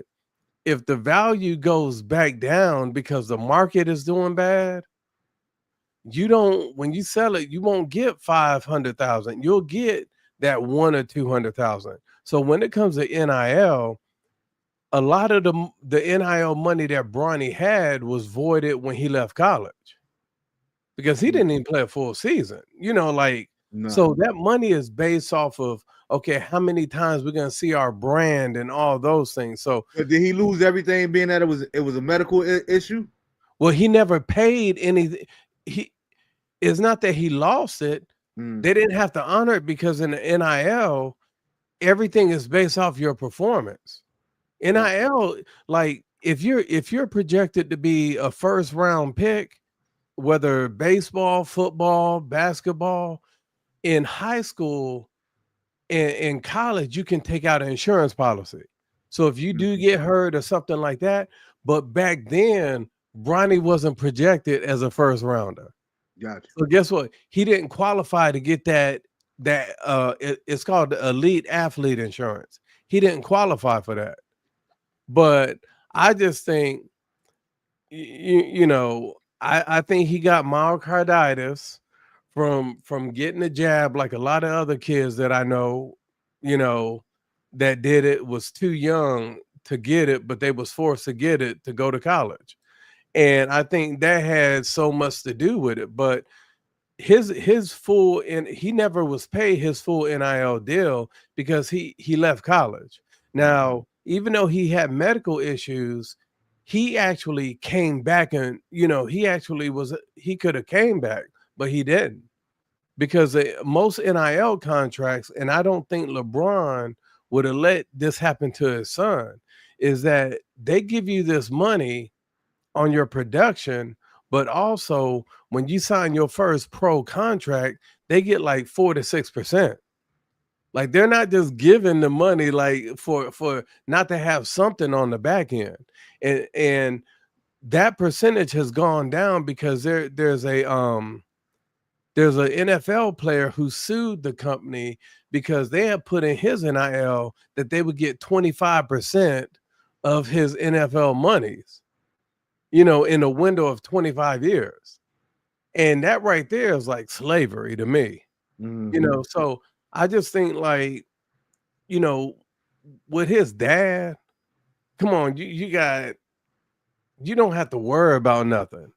Just like Shaq's dad, Deion Sanders' kids, if they weren't playing pro or anything like that, They're gonna be all right regardless. Yeah, they're gonna be okay. Yeah, And that was my point. And I don't hate on LeBron for doing what he did, because shoot, if I had the position to be able to do that for mine, who wouldn't do it? Yeah, like I can care less if people talk behind my back. I think that I actually believe he already made history by being able to play with his son. But I honestly believe that LeBron is going to wait. I believe that he's going to wait around till Bryce makes it to the league before he retires. But you know how he's doing that? Look at the last 7 years. LeBron hasn't played more than 54 games in the season. It's all strategic. It's all strategic. Like they said this the first time in his career that he wasn't playing opening night because they're saying his sciatic nerve or whatever. Guess what? He's trying to ration it. And that's why I tell people, like, I can't claim that, because at 42, Jordan played 82 games. An average like 25 points, 24 points. So I didn't even see that in comment. Drew said violence, crimes, drugs, and etc. has nothing to do with color. And you're absolutely right. That's why I hate when people break it down to just like I would just the same way I hate when a lot of people say stuff about the ghetto, white people in particular. I don't say that all these school shootings happen in the suburbs or in Briar Creek in these type of neighborhoods because it always don't. But you do have D.L. Hughley always says something. You know why they got to stop talking about black on black crime, and I believe it. You never hear the phrase Mexican on Mexican crime. You never hear white on white crime. It's just crime when it comes to them. Why is everything always specified in context of blackness when it comes to our culture, black culture? It's about money. That's my whole point. So it's all a game. America, I've been all around this world. Mm-hmm. America is literally the only country that says African American, Indian American, Asian American. Mm-hmm. When Giannis goes to Greece, guess what? He's Greek. Mm-hmm. You know, when Schroeder goes to Germany, he ain't African German. He's German. Yeah. When you're born, regardless of your skin color, you could be dark as this thing on remote right here. Yeah. Perfect. If you were born in France, guess what? You're French. But in America, in America, they're creating all that on the divisiveness. And then they have to switch up. You know, like Kamala goes for being the first Indian American to become a senator to being the first Black American, African American vice president. Yeah, you can't talk about their beloved sister like that. No, I'm just saying, but I got the clipping right here on my desktop because I had to do it. I used to notice I said they sister. Yeah. I ain't never claimed to be my sister. And people don't look, I read this book twice. This her book. Like when I talk about certain things, I make sure I read about it. And I may not like the person, just like I don't favor Candace Owens too. I like 50-50 of what she says. I got her book so I can do my research. Mm-hmm. Because I'm not going to say this person is crazy. They don't know what to talk until I've actually read some of the stuff instead of just reading, seeing a few clips. Mm-hmm. I want to see their whole dialogue, and that gives me an understanding. Just that's the thing with Charlie Kirk, where people were saying, well, he talked about he don't believe in race, but the thing that people didn't understand is that all he did was answer questions. Mm-hmm. It would be these Black students that would come up saying, so you don't feel I feel like you feel I shouldn't be here. And he's like, well, why are you saying you shouldn't be here? Should you be here? Did you meet all the requirements to be here? Then you should be here. But as a Black man, I feel like he's like, well, what have I said? Like that's how a lot of those conversations come out, because he was just answering a question. Mm-hmm. And like I said, I have seen some of his stuff since we talked about him. I have went back and seen some of his stuff too, where a lot of times, in some cases, not all, but in some cases, he would start talking about, again, like stuff that I don't feel like you know about. When he started talking about how most of you Black students, the father isn't in the home and all that did. Here it is, you saying that, and I get it, and I that's always a iffy topic when it comes to me, because I know a lot of people in the hood that have grown out without a father. And but what he said, is it true or false? That's the point that I'm getting to. So even though I know a lot of dudes in the neighborhood that don't have their father, don't know, who'd never known their father and all that did, I know just as many of my friends, because I used to say the same thing. That's our problem, yo. The Black dad is missing in the family, boom, boom, boom. I'm saying that, but my father was always in my home. And most of my friends, they always had their fathers in their lives. So I know just as many Black people that have their father in their life that didn't have their father in their life. So you can't say that all Black people in the ghetto don't have a father. because we're not talking about all the white men that leave their women. We're not talking about all the single white mothers that's out there. Why is it always an issue when it comes to the hood? Well, you have to think when it comes to that, it was that was weaponized against us. That's my point. It was Like all so structured that way. when they talk those stats, okay, I'm looking at it right now. 58% of black kids raised, this is from 2022, was raised without a father in the home. So 58% is a lot. You know, to me it is. It's more than half. And then it's saying uh only it says only 42 live with two parents, whether mixed or a mixed family or like a nuclear family. So the thing is like when we look at it, when Obama said it, everybody's like, oh yeah, we got to do better.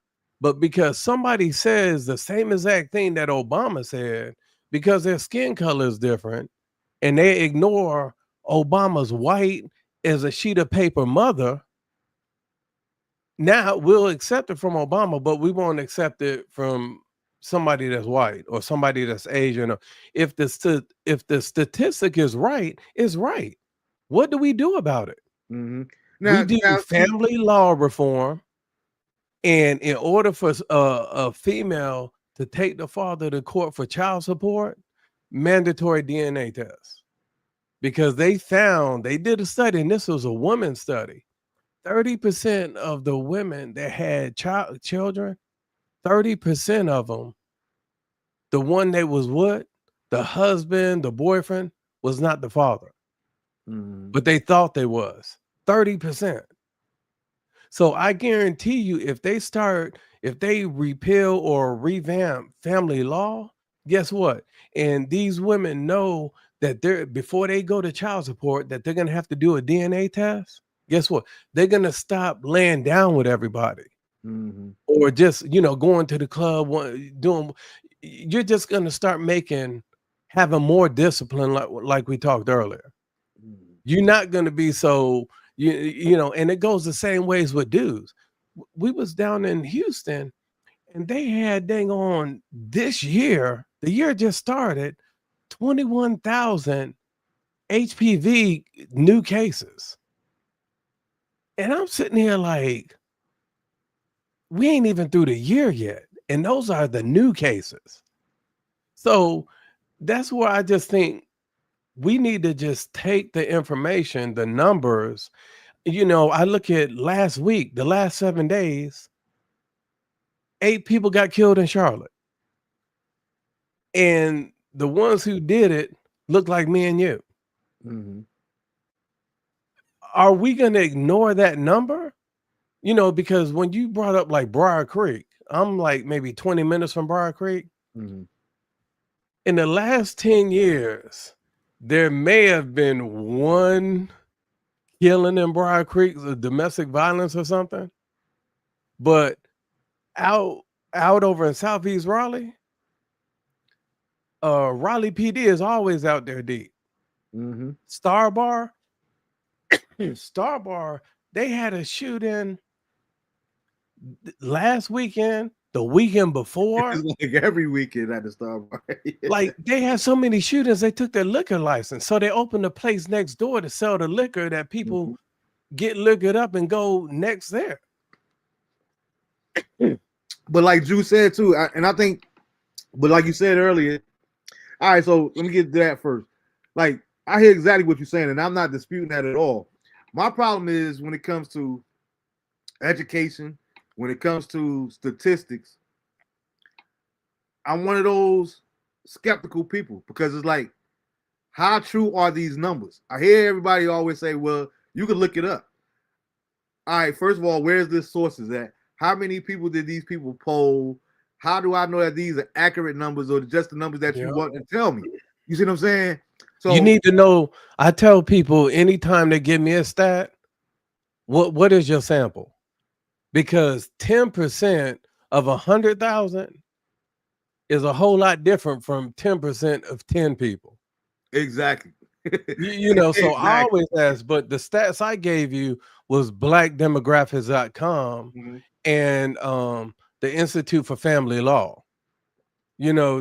Like anytime I drop a number, it's coming, because that's what I do on the other podcast.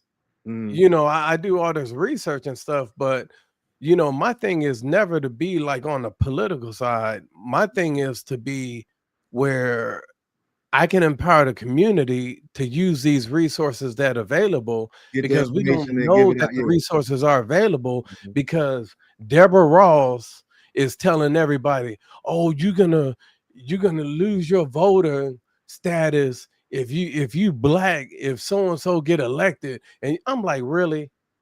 Like, you really gonna lose your right to vote? Like, come on. Like, when they talk about the voter ID as racist, I'm like, okay, in 2016, 2015, when it was on that November ballot for North Carolina, 79% of black registered voters in North Carolina voted yes for voter ID. 79%, not 51, 52%. 79% of black registered voters that voted yes. Mhm. And Roy Cooper still was like, oh, it's racist. The black folks voted for it. Black folks like to be recognized, just like they Mhm. like to take when the pastor called for the $1,000 I was about offering. to say, we talk about an offer. They People want like to be people to saved. see that they paid their money. They want Uh-huh. people to see that they voted. Yeah. That goes all the way back to the Free State of Jones. You saw that with Matthew McConaughey? Nah, I've never caught that one. Is Well, it a pretty good man, you movie? got to check it out, because he talks about when blacks was first able to vote. Mhm. And they was trying to, like, they killed the brother, cut his balls off, hung him from the tree, and had all them ballots like spread all on the ground under him. Wow. Yeah, I But the gotta check that out. Free State of Jones, I'm telling you. So black folks want to be recognized. That's a part of our culture. Mhm. Acknowledgement. That's why I got so much love for you, because you give people their flowers while they're here, Mhm. when they can actually hear it and see it. Yeah. So that's the thing, is like, sometimes we got white folks, Roy Cooper telling us that voter ID is racist when black people voted for it. Mhm. Well, not everybody, but 79% is a lot. That's Yeah. passing in school. Yeah. That's a lot of people. So that's the thing. When you send your kids to private school and all they've done is gone to private school, but you get up here and you say, "Oh, well, public school is the best thing for the community and the foundation." Well, guess what the best way to advocate for something is? To use it. Mhm. Not send both your daughters to $54,000 a year schools. Send your son to Ravenscroft, which is like 34,000. So my thing is, like, we have to be mindful, us as black folks, we got to be mindful of who we let advocate for us or become our ally. Yeah. Because some That's one thing I do like about you too, because like you say, I look at it the same way when it comes to ministry. It's not my first of all, I can't offer anybody salvation. What I could do though is I could get you the information that you need, and I could point you in the right direction. Yeah. That's one thing I like about you. Like you said, you do a lot of research, so it's not about trying to make anybody do anything. But what I'm gonna do is I'm gonna bring this back to the people, and what you do with this information is what you do with it. But Exactly. you could never use that example of, well, I didn't know, because I told you, I showed you how you could get out of the deficit. I showed you how you could profit from this, how important it is to go to town hall meetings or whatever the case may be. You know what I mean? I always used to think about that when it came to schools, like in the hood too. You had a lot of parents, oh, they ain't gonna be doing this to my kid, and they this here, that there. How many PTA meetings have you ever been to? Yeah, I understand that you got to work and all that kind of stuff there, but I put it like this, and I'm not even being funny. I didn't realize how I moved out of New Jersey that parents actually went to PTA meetings because we rarely seen it in Newark. Like it might be not to say that no parent showed up, but if you got 500 students, you was lucky to get 20 parents there. You know what I'm saying? I That's was the crazy. only man. Look, I was the only guy there. And look, the all the other people that was there was all white women. I was the only guy there. But this is the thing. Probably all of them white women were married and their husbands was some VP. Is they had time, they had the freedom to be able to be involved, because when you look at those dynamics of that family, it's almost like how people from India are. It's a job. It ain't being a housewife and raising the kids. That ain't light work. That's a job. No, it's hard. Yeah, it's You harder than know, it's so harder than a 9 to 5, believe me. and this is what their job basically is to do. Mhm. Make sure the husband got something to eat when he go to the office, something in this lunchbox and all that. Then to get the kids ready, take them to school. Soon as they take them to school, they go to Planet Fitness or somewhere, get their workout on. So this, they They be in coming shape. home, they washing the clothes. Soon as they come do home, that, prepping they dinner. like it's a job. Yeah. And then they go to pick the kids. You follow what I'm saying? So it's not like they just sitting there. Like our neighbors, the mother comes here from India for gets her green card for like 6 months, then she goes back for 6 months. So when the mother comes here, she's watching the grandbabies while the husband and wife is working. Now the wife is working like crazy because she knows as soon as her mother goes back, she has to stay at home. She's not going to be able to work because they don't trust their kids with just taking them to daycare. No. They want to teach the ABCs. They want to teach all those things to make sure that they're learning the right thing. So it's like those white folks that's married like that, that's what they do. Like that's why if you go to Planet Fitness, you go to LA Fitness, Fit for Life, go there about 9 a.m. and guess who you'll see in all the aerobics, the cycling classes and all that. You gotta remember, All I used to them work white at a wives. gym. I used to work at a gym, so I know. You follow what I'm saying, Yeah. though? Trust So me, they it's in like there. if we stop letting the government replace us as brothers and we begin to like go back to where we were, and I'm not saying like the being beat or whatever. What I'm talking about is we go back to like where it was prideful to see movies and relationships, and everybody would say, "Oh, black love, black love." Okay, well, let's go ahead back to that. If we want to praise that, let's go back to that, because two people in a household grinding is a lot easier than one. Especially when kids are involved. But I just think everything has a circle around it, just discipline. And In I know, mindset.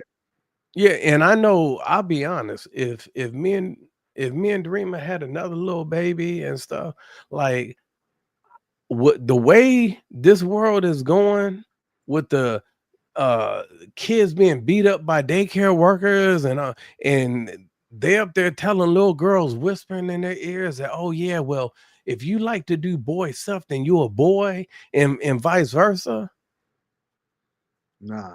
I don't need my kid. Learn how to be a kid. Learn how to read. Learn your numbers. Your order of operations. Dude, I didn't even know homeschooling was a thing until I moved to Little Rock. I had never even heard of homeschooling before. Man, it's just like here during COVID. You go out there to the Kiwanis Park out there in 5 Points, that fluent, it's an affluent area in Raleigh. Yeah. Man, every day, 11:30, all them white folks bringing their kids there to have recess. They homeschool, but they meet there for their kids to play. And guess what? This during COVID, no mask, nothing. They just out there at the Yeah. park, their kids seeing each other face, seeing each other Mhm. smile. But guess what demographic was harmed the most by COVID? Our community. Because we stayed at home. Like you even had people making kids put masks on the Zoom calls. You in your house. Because they wanted that perception that, oh, that dang on cut up t-shirt or that cut up curtain is gonna keep you from getting a dang on airborne virus. Or the other one that used to trip me out was when I would see, and I'm not making light of anybody. It just was hilarious to me when I see people that was driving in the car by themselves with a mask on. Man, like, and Like, and then if that's what make you feel secure, like it make you feel more safe, more power to you. But I find it hilarious. and I got on one of my boys for that. I was clowning them. I was like, oh yeah, you an obedient. I said, you good boy, you obedient. You got your man. He's like, man, I'm just trying to do that. I said, unless you got an M94 or something like that, you're not going to like prevent an airborne virus. And he was like, well, it actually helps with my sinuses and my allergies and all of that. And I'm sitting here like, and he's like, soon as this is over, I'm probably still going to wear my mask. Man, as soon as it was over, it's been a couple years. I ain't seen that joker wear another mask since. So I'm like, you don't got to explain, Yeah. but I know the math ain't mathing. Mm-hmm. A dang on t-shirt cut up, with a Nike logo on it, that's not going to stop a virus from passing through your dang on handkerchief. But see, I was a hater when I would ask simple questions like that. Like I said, I just like people to think Yeah. and think for yourself. Like, Yeah. if masks, not to say that they wasn't, but if, let's say hypothetically, if masks was really the safest thing for you, do you honestly believe that any old mask would do? Like, we was going in the restaurants and they got masks up there, and it wasn't the N95 that you was talking about that did. Like, my point was, you could go to Target, you could go to CVS, you could go to any place to get some masks. If any old mask could do, chances are it's a money play as far as I'm concerned. No, get this though. You go to a restaurant, right? You got to wear a mask to get into the restaurant, to go to your seat, to sit down. But right? you ain't gonna have no mask on when you eat. And exactly. But while you walking past people eating without a mask. Like it don't make sense. just like they show some clips of like media people, and it would, how sometimes I have somebody filming like behind the scenes, and you'll see people getting ready to get up. Oh, don't forget y'all masks, and then they hurry and put their masks on before the cameras go live. Like just like when I would see, when we went to Millbrook and them jokers was wearing masks, and the mask wasn't even over their face; it was under here, around their ear, or just around your lips, or your nose is still exposed, and I'm so like, you're still breathing in the air. man, I asked his coach at the other school. I said, man, what's up? He's like, man, we can't wait to get back to the locker room so we can take them things off. That's when I was like, I had lost it. I lost it when it came to the mask too. Like when they actually started bringing the school activities back, and they got kids out here playing ball in mask. Like, yo, y'all doing way too much, yo. Way too much. And then you got the NBA players. Okay, they put them in the box bubble. or whatever that was called in Vegas. Bubble. Yeah. COVID, and I'm sitting there like, Florida. It just none of the stuff made sense. And it was like, come on now. So just like I think Julian was saying earlier, and you were saying that people allow these pastors to do what they do. Mm-hmm. People allowed that to happen. And personally, I feel it was the government trying to see how far they can go to control. Exactly.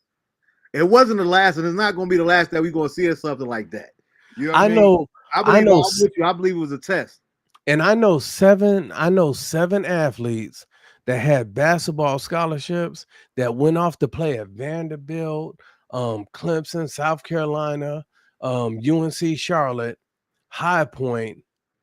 They all developed myocarditis when they got it.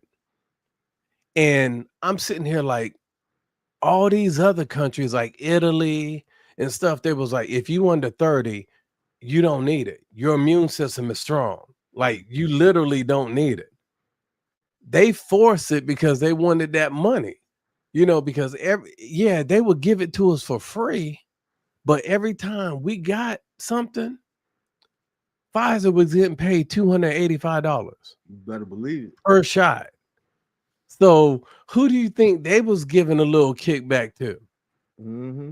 That's why that Joker was the last Joker was pardoning people on the way out the door.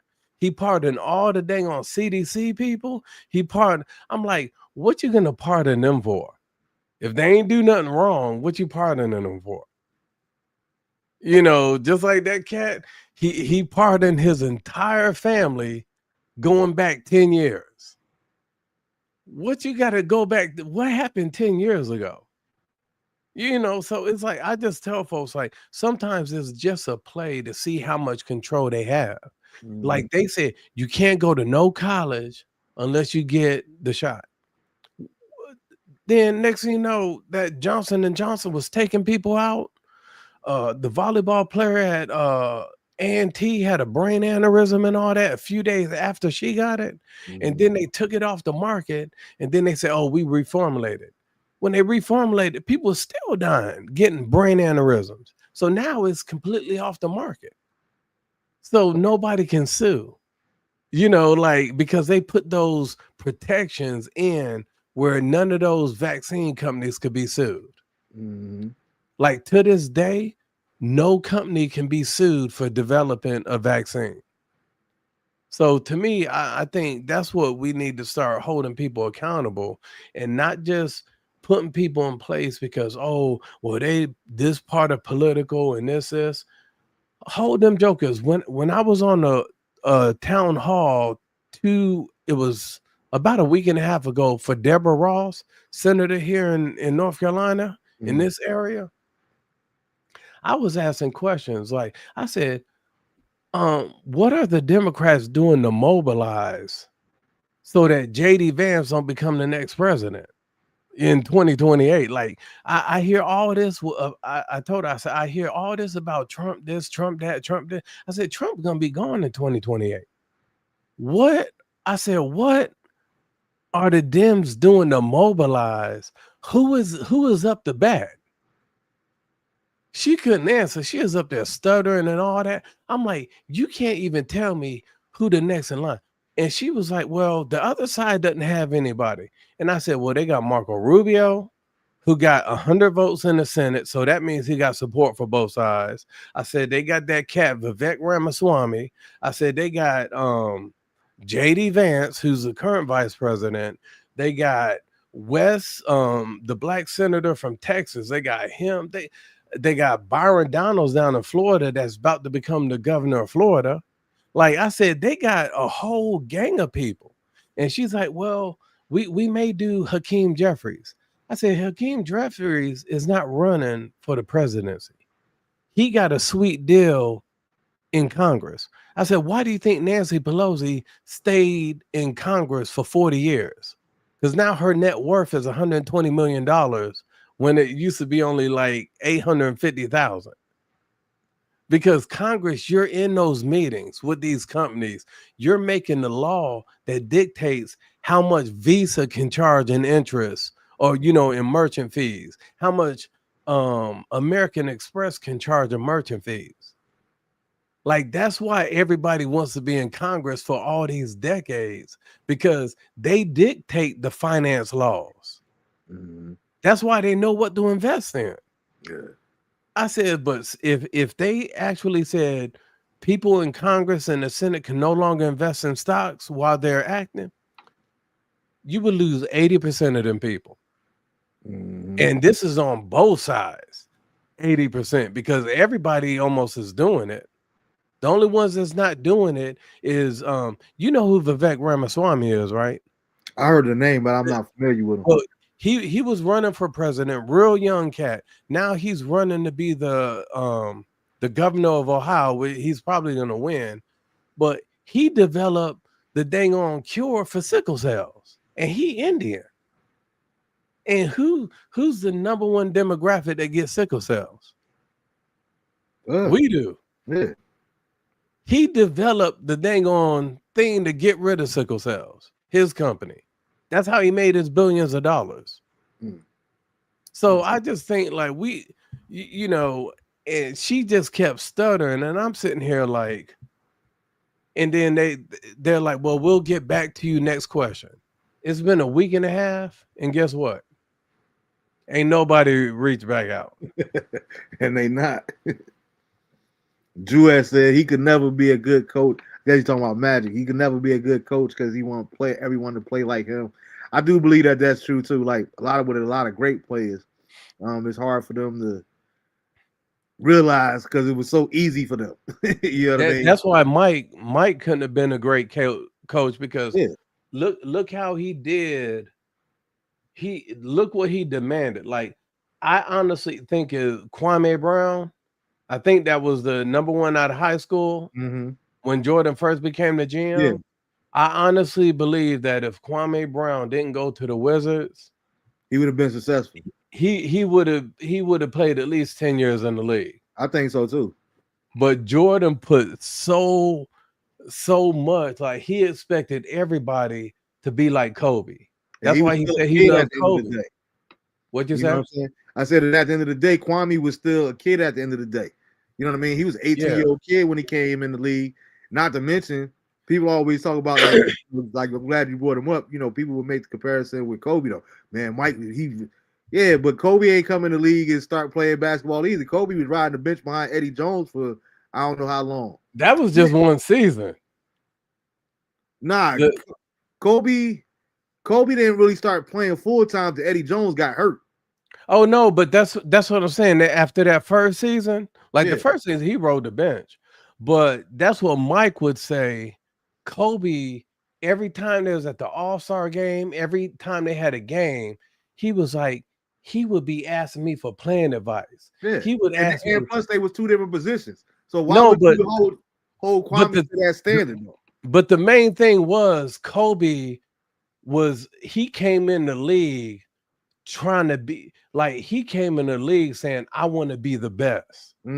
I want to be the GOAT. I want to be this. So I remember the All-Star game they were showing, and Mike kept doing that dang on, you know, that fade away, turn around, fade away.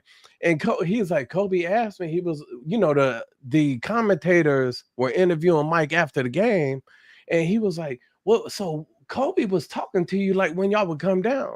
And Mike was like, well, he was asking me, how do I know when I do my fake? How do I know whether to go left or right when I'm not looking at the player? He's like, you feel him with your leg. And then he's like, if you feel him on your right leg, you make sure you go left. And then that's why you know, Mike said if anybody could beat him one-on-one, he said it would be Kobe because he used all his moves because he showed them to him. So I just think that's what made, because remember, Kobe was 17 when he came in. Yeah. You know, he was younger than Kwame. But he was But he was a dog. He was a definite, and that's the thing. Like, that's one reason I stopped hating on LeBron from a basketball standpoint back in the day. It was because I had to learn myself, like I got to stop holding people to the standard that I would want them to be. I felt like it would be no question that LeBron will be the greatest player ever. This is just my opinion. There's no question that he would have been the greatest player. I mean, better than Mike if he had some dogging. Yeah. I don't care how skillful or how athletic he is. You can't make somebody want that be a dog. Like that just has to be a part of your nature. That's not LeBron's nature. like I don't know if I ever seen Kobe Bryant flop. Like, I watch a lot of his games, and I can't recall that. But then I start. It's like the later LeBron gets in his career, the more I'm like, this Joker. Nah, he been flopping his whole career though.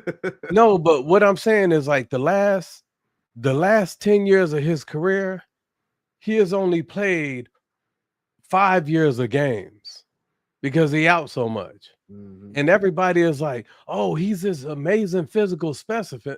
And I'm sitting there like, in 7 years, he ain't played more than 54 games. Now think about that, because I do believe that is true. I do believe that he's the greatest athlete that we ever seen. However, when you think about take into account how much money LeBron spends on his body per year, like you say, what is the significance or what is the benefit of that if you're not even playing 50 games a year? like you said earlier, the math ain't math and it ain't making sense. To me, the best Bryce. When you look at Jordan's trainer, Grover, and then Jordan introduced Kobe to his trainer. And this is the other thing that I tell people. Kobe got drafted in 1996.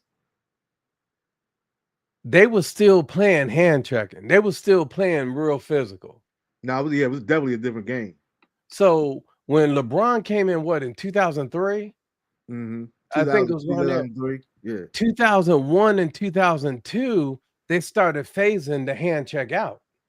Because David Stern wanted more scoring.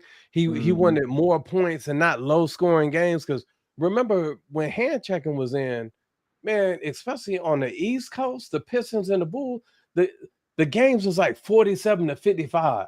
My Knicks too. Like, don't forget, like it was time where the Knicks and the Heat played, and it was a great game. And the final score in the playoffs might have been like 79-74. And that was considered high scoring. Yeah, because of the defense that was being played.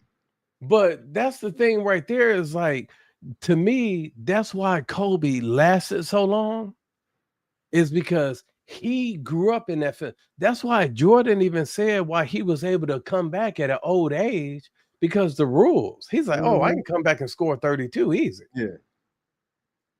So I think what that right there validated it, but at least Kobe was playing games. For Kobe to miss games, he had to have a torn Achilles. He had to have a torn ACL. He had to have a dang on torn shoulder. And even with that, he was shooting with his left hand, shooting free throws with his left. He was the dog of all dogs. I never was a Kobe fan, but I got to give it up. Like, he was definitely that's the type of player that I like. I'd like to see. I'm the dog. I don't care about Mike, like AI. That's one reason I loved AI. AI was that dog. AI was like, yo, I don't care if you the GOAT or not, yo. I'm about to hit you with this cross. If I can do it against Mike, can't nobody stop me.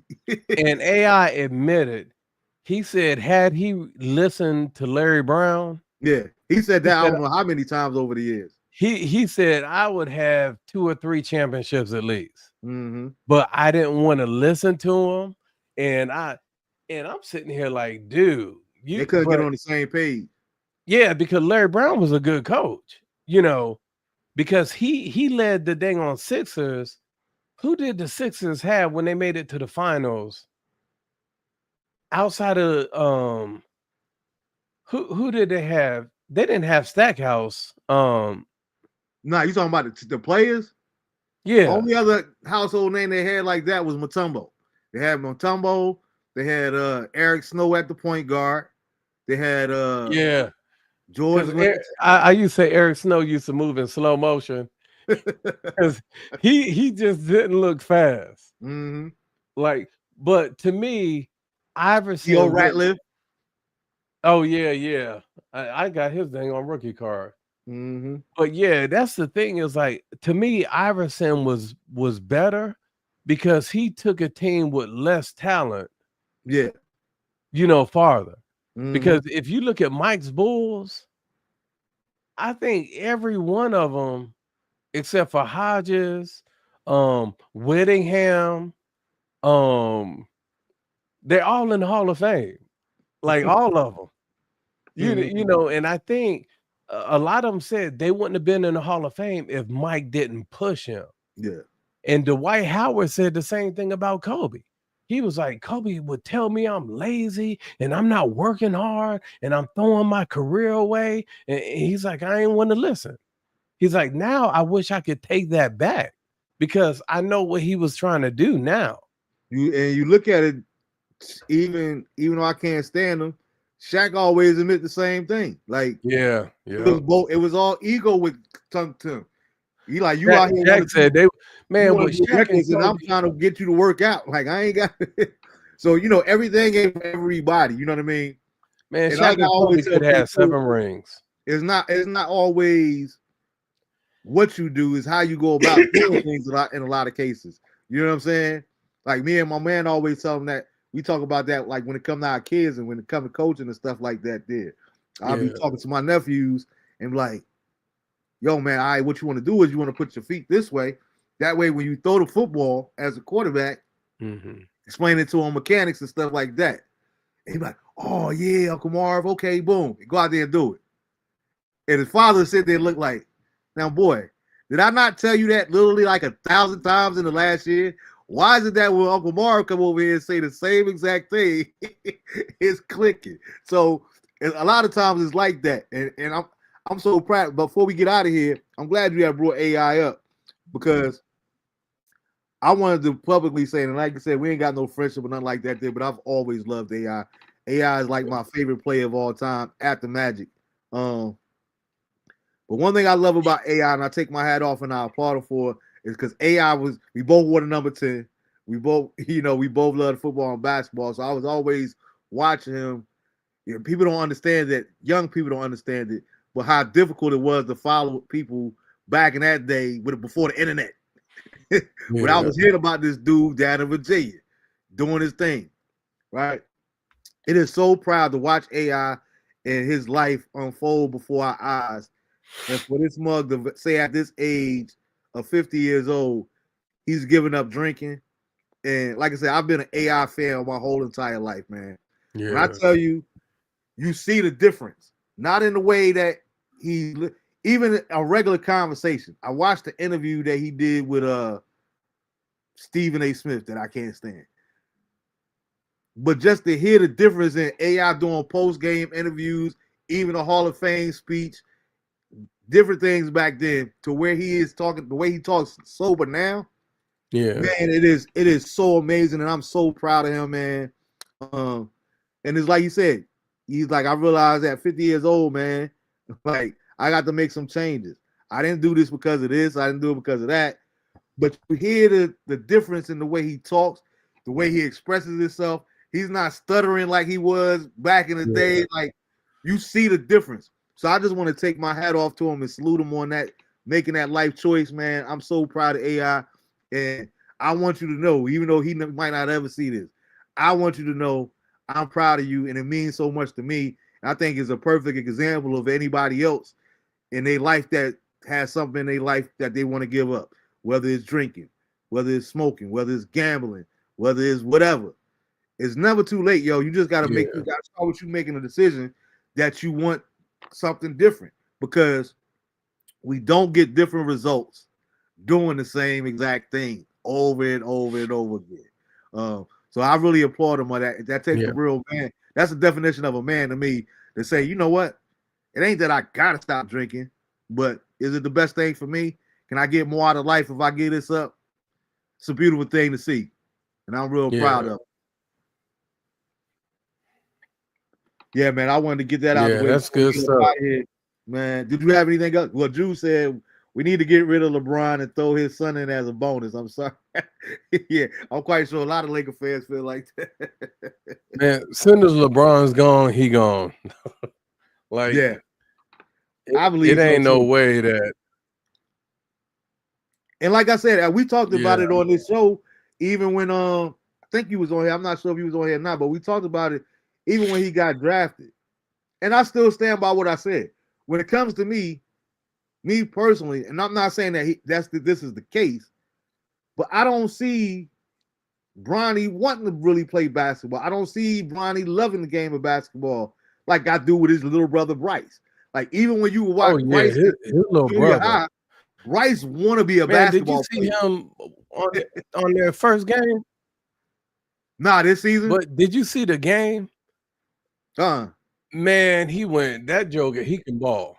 He no, can Bryce ball. been nice. Bryce Like, been nice like that. oh, I know, but I'm just saying, like, you can. That joker can. Yeah. He gonna be a top 5 pick. He gotta be. Like, he's that good. Nah, he gonna be everything that everybody wanted Bronny to be, Yeah. except for Bronny. I don't think that Bronny necessarily loved the game. He want to do other stuff.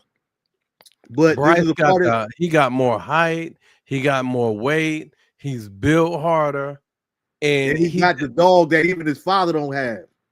Yeah, yeah, Bryce is been like that. yeah. I remember watching a game of his. I think Bryce might have been like 12, 13 at the time. It was a game where Cayenne, Bronny was playing, and Bryce was kind of like the little bro. But you could tell then, like, man, it's like, I think about me when it comes to me. I remember growing up, like all my peers were always like 5, 10 years older than me. Like, Yeah. that's one reason I always carry myself when I look back like I do, because I never had anybody, I never really had a lot of friends my age. Yeah. You know what I mean? I was always, even in high school, when I started high school in North Carolina, then I went to Wilmington. I started high school at Hanover in Wilmington. Then I transferred back to Jersey, but I didn't even make it 2 months in Hanover before I went back to Jersey. But where I was at academically, by the time I got to Jersey, just in that 2 months, they put me in all my classes with sophomores as a freshman. So naturally, when I was a sophomore, all my classes were juniors.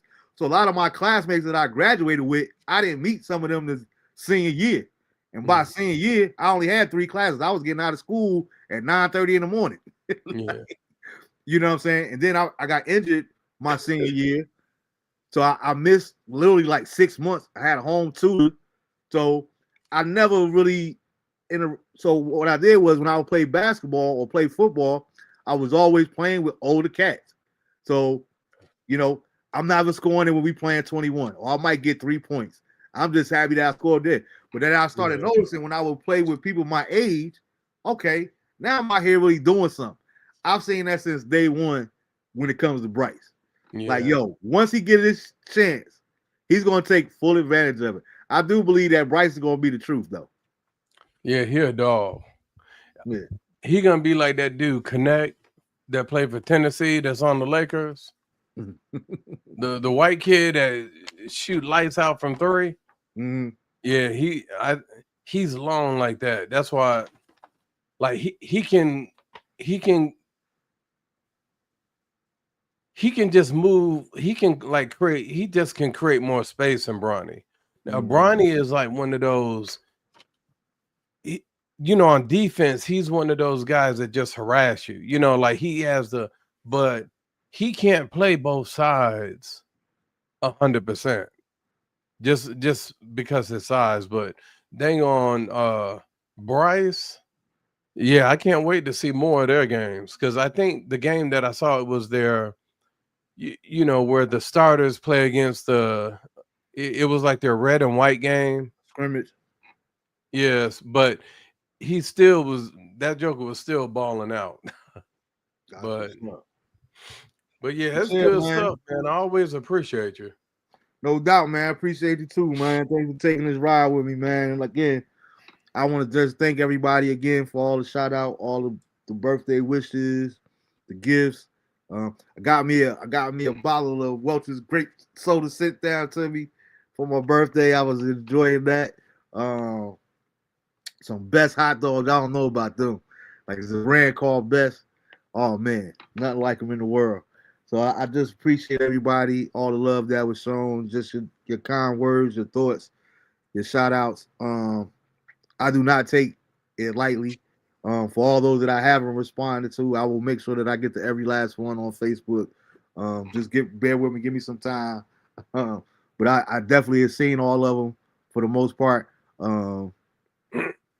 And I just realized, because even my mom had told me, like, well, I couldn't post nothing on your page. So like I said, I know that Facebook been doing some funny stuff with my restrictions and all that there, but it's all good. We're gonna make it what it do. You can't stop me. What's gonna be is gonna be. We're gonna find a way. But I appreciate everybody, man. I hope everybody has a great week. Shout out to all the breast cancer survivors. It is Breast Cancer Awareness Month. So shout out to all the ones that's fighting, even the ones that lost their life or whatever before the good fight. Ladies, get the tatas checked out. Make sure you're in good health. Stay up on that there. So we want to give them a shout out. And I might have a guest next week to talk about it a little bit more before the month is over. Close out the show with that breast cancer awareness. But I appreciate you all. I hope everybody has a safe and wonderful week. Stay positive. Have a great day on purpose. Choose to, despite what life may be throwing your way, man. But always stay upbeat. And as usual, in signing off, DeAndre and Life should know that I love you unconditionally, but I also love you intentionally. Till next week, peace.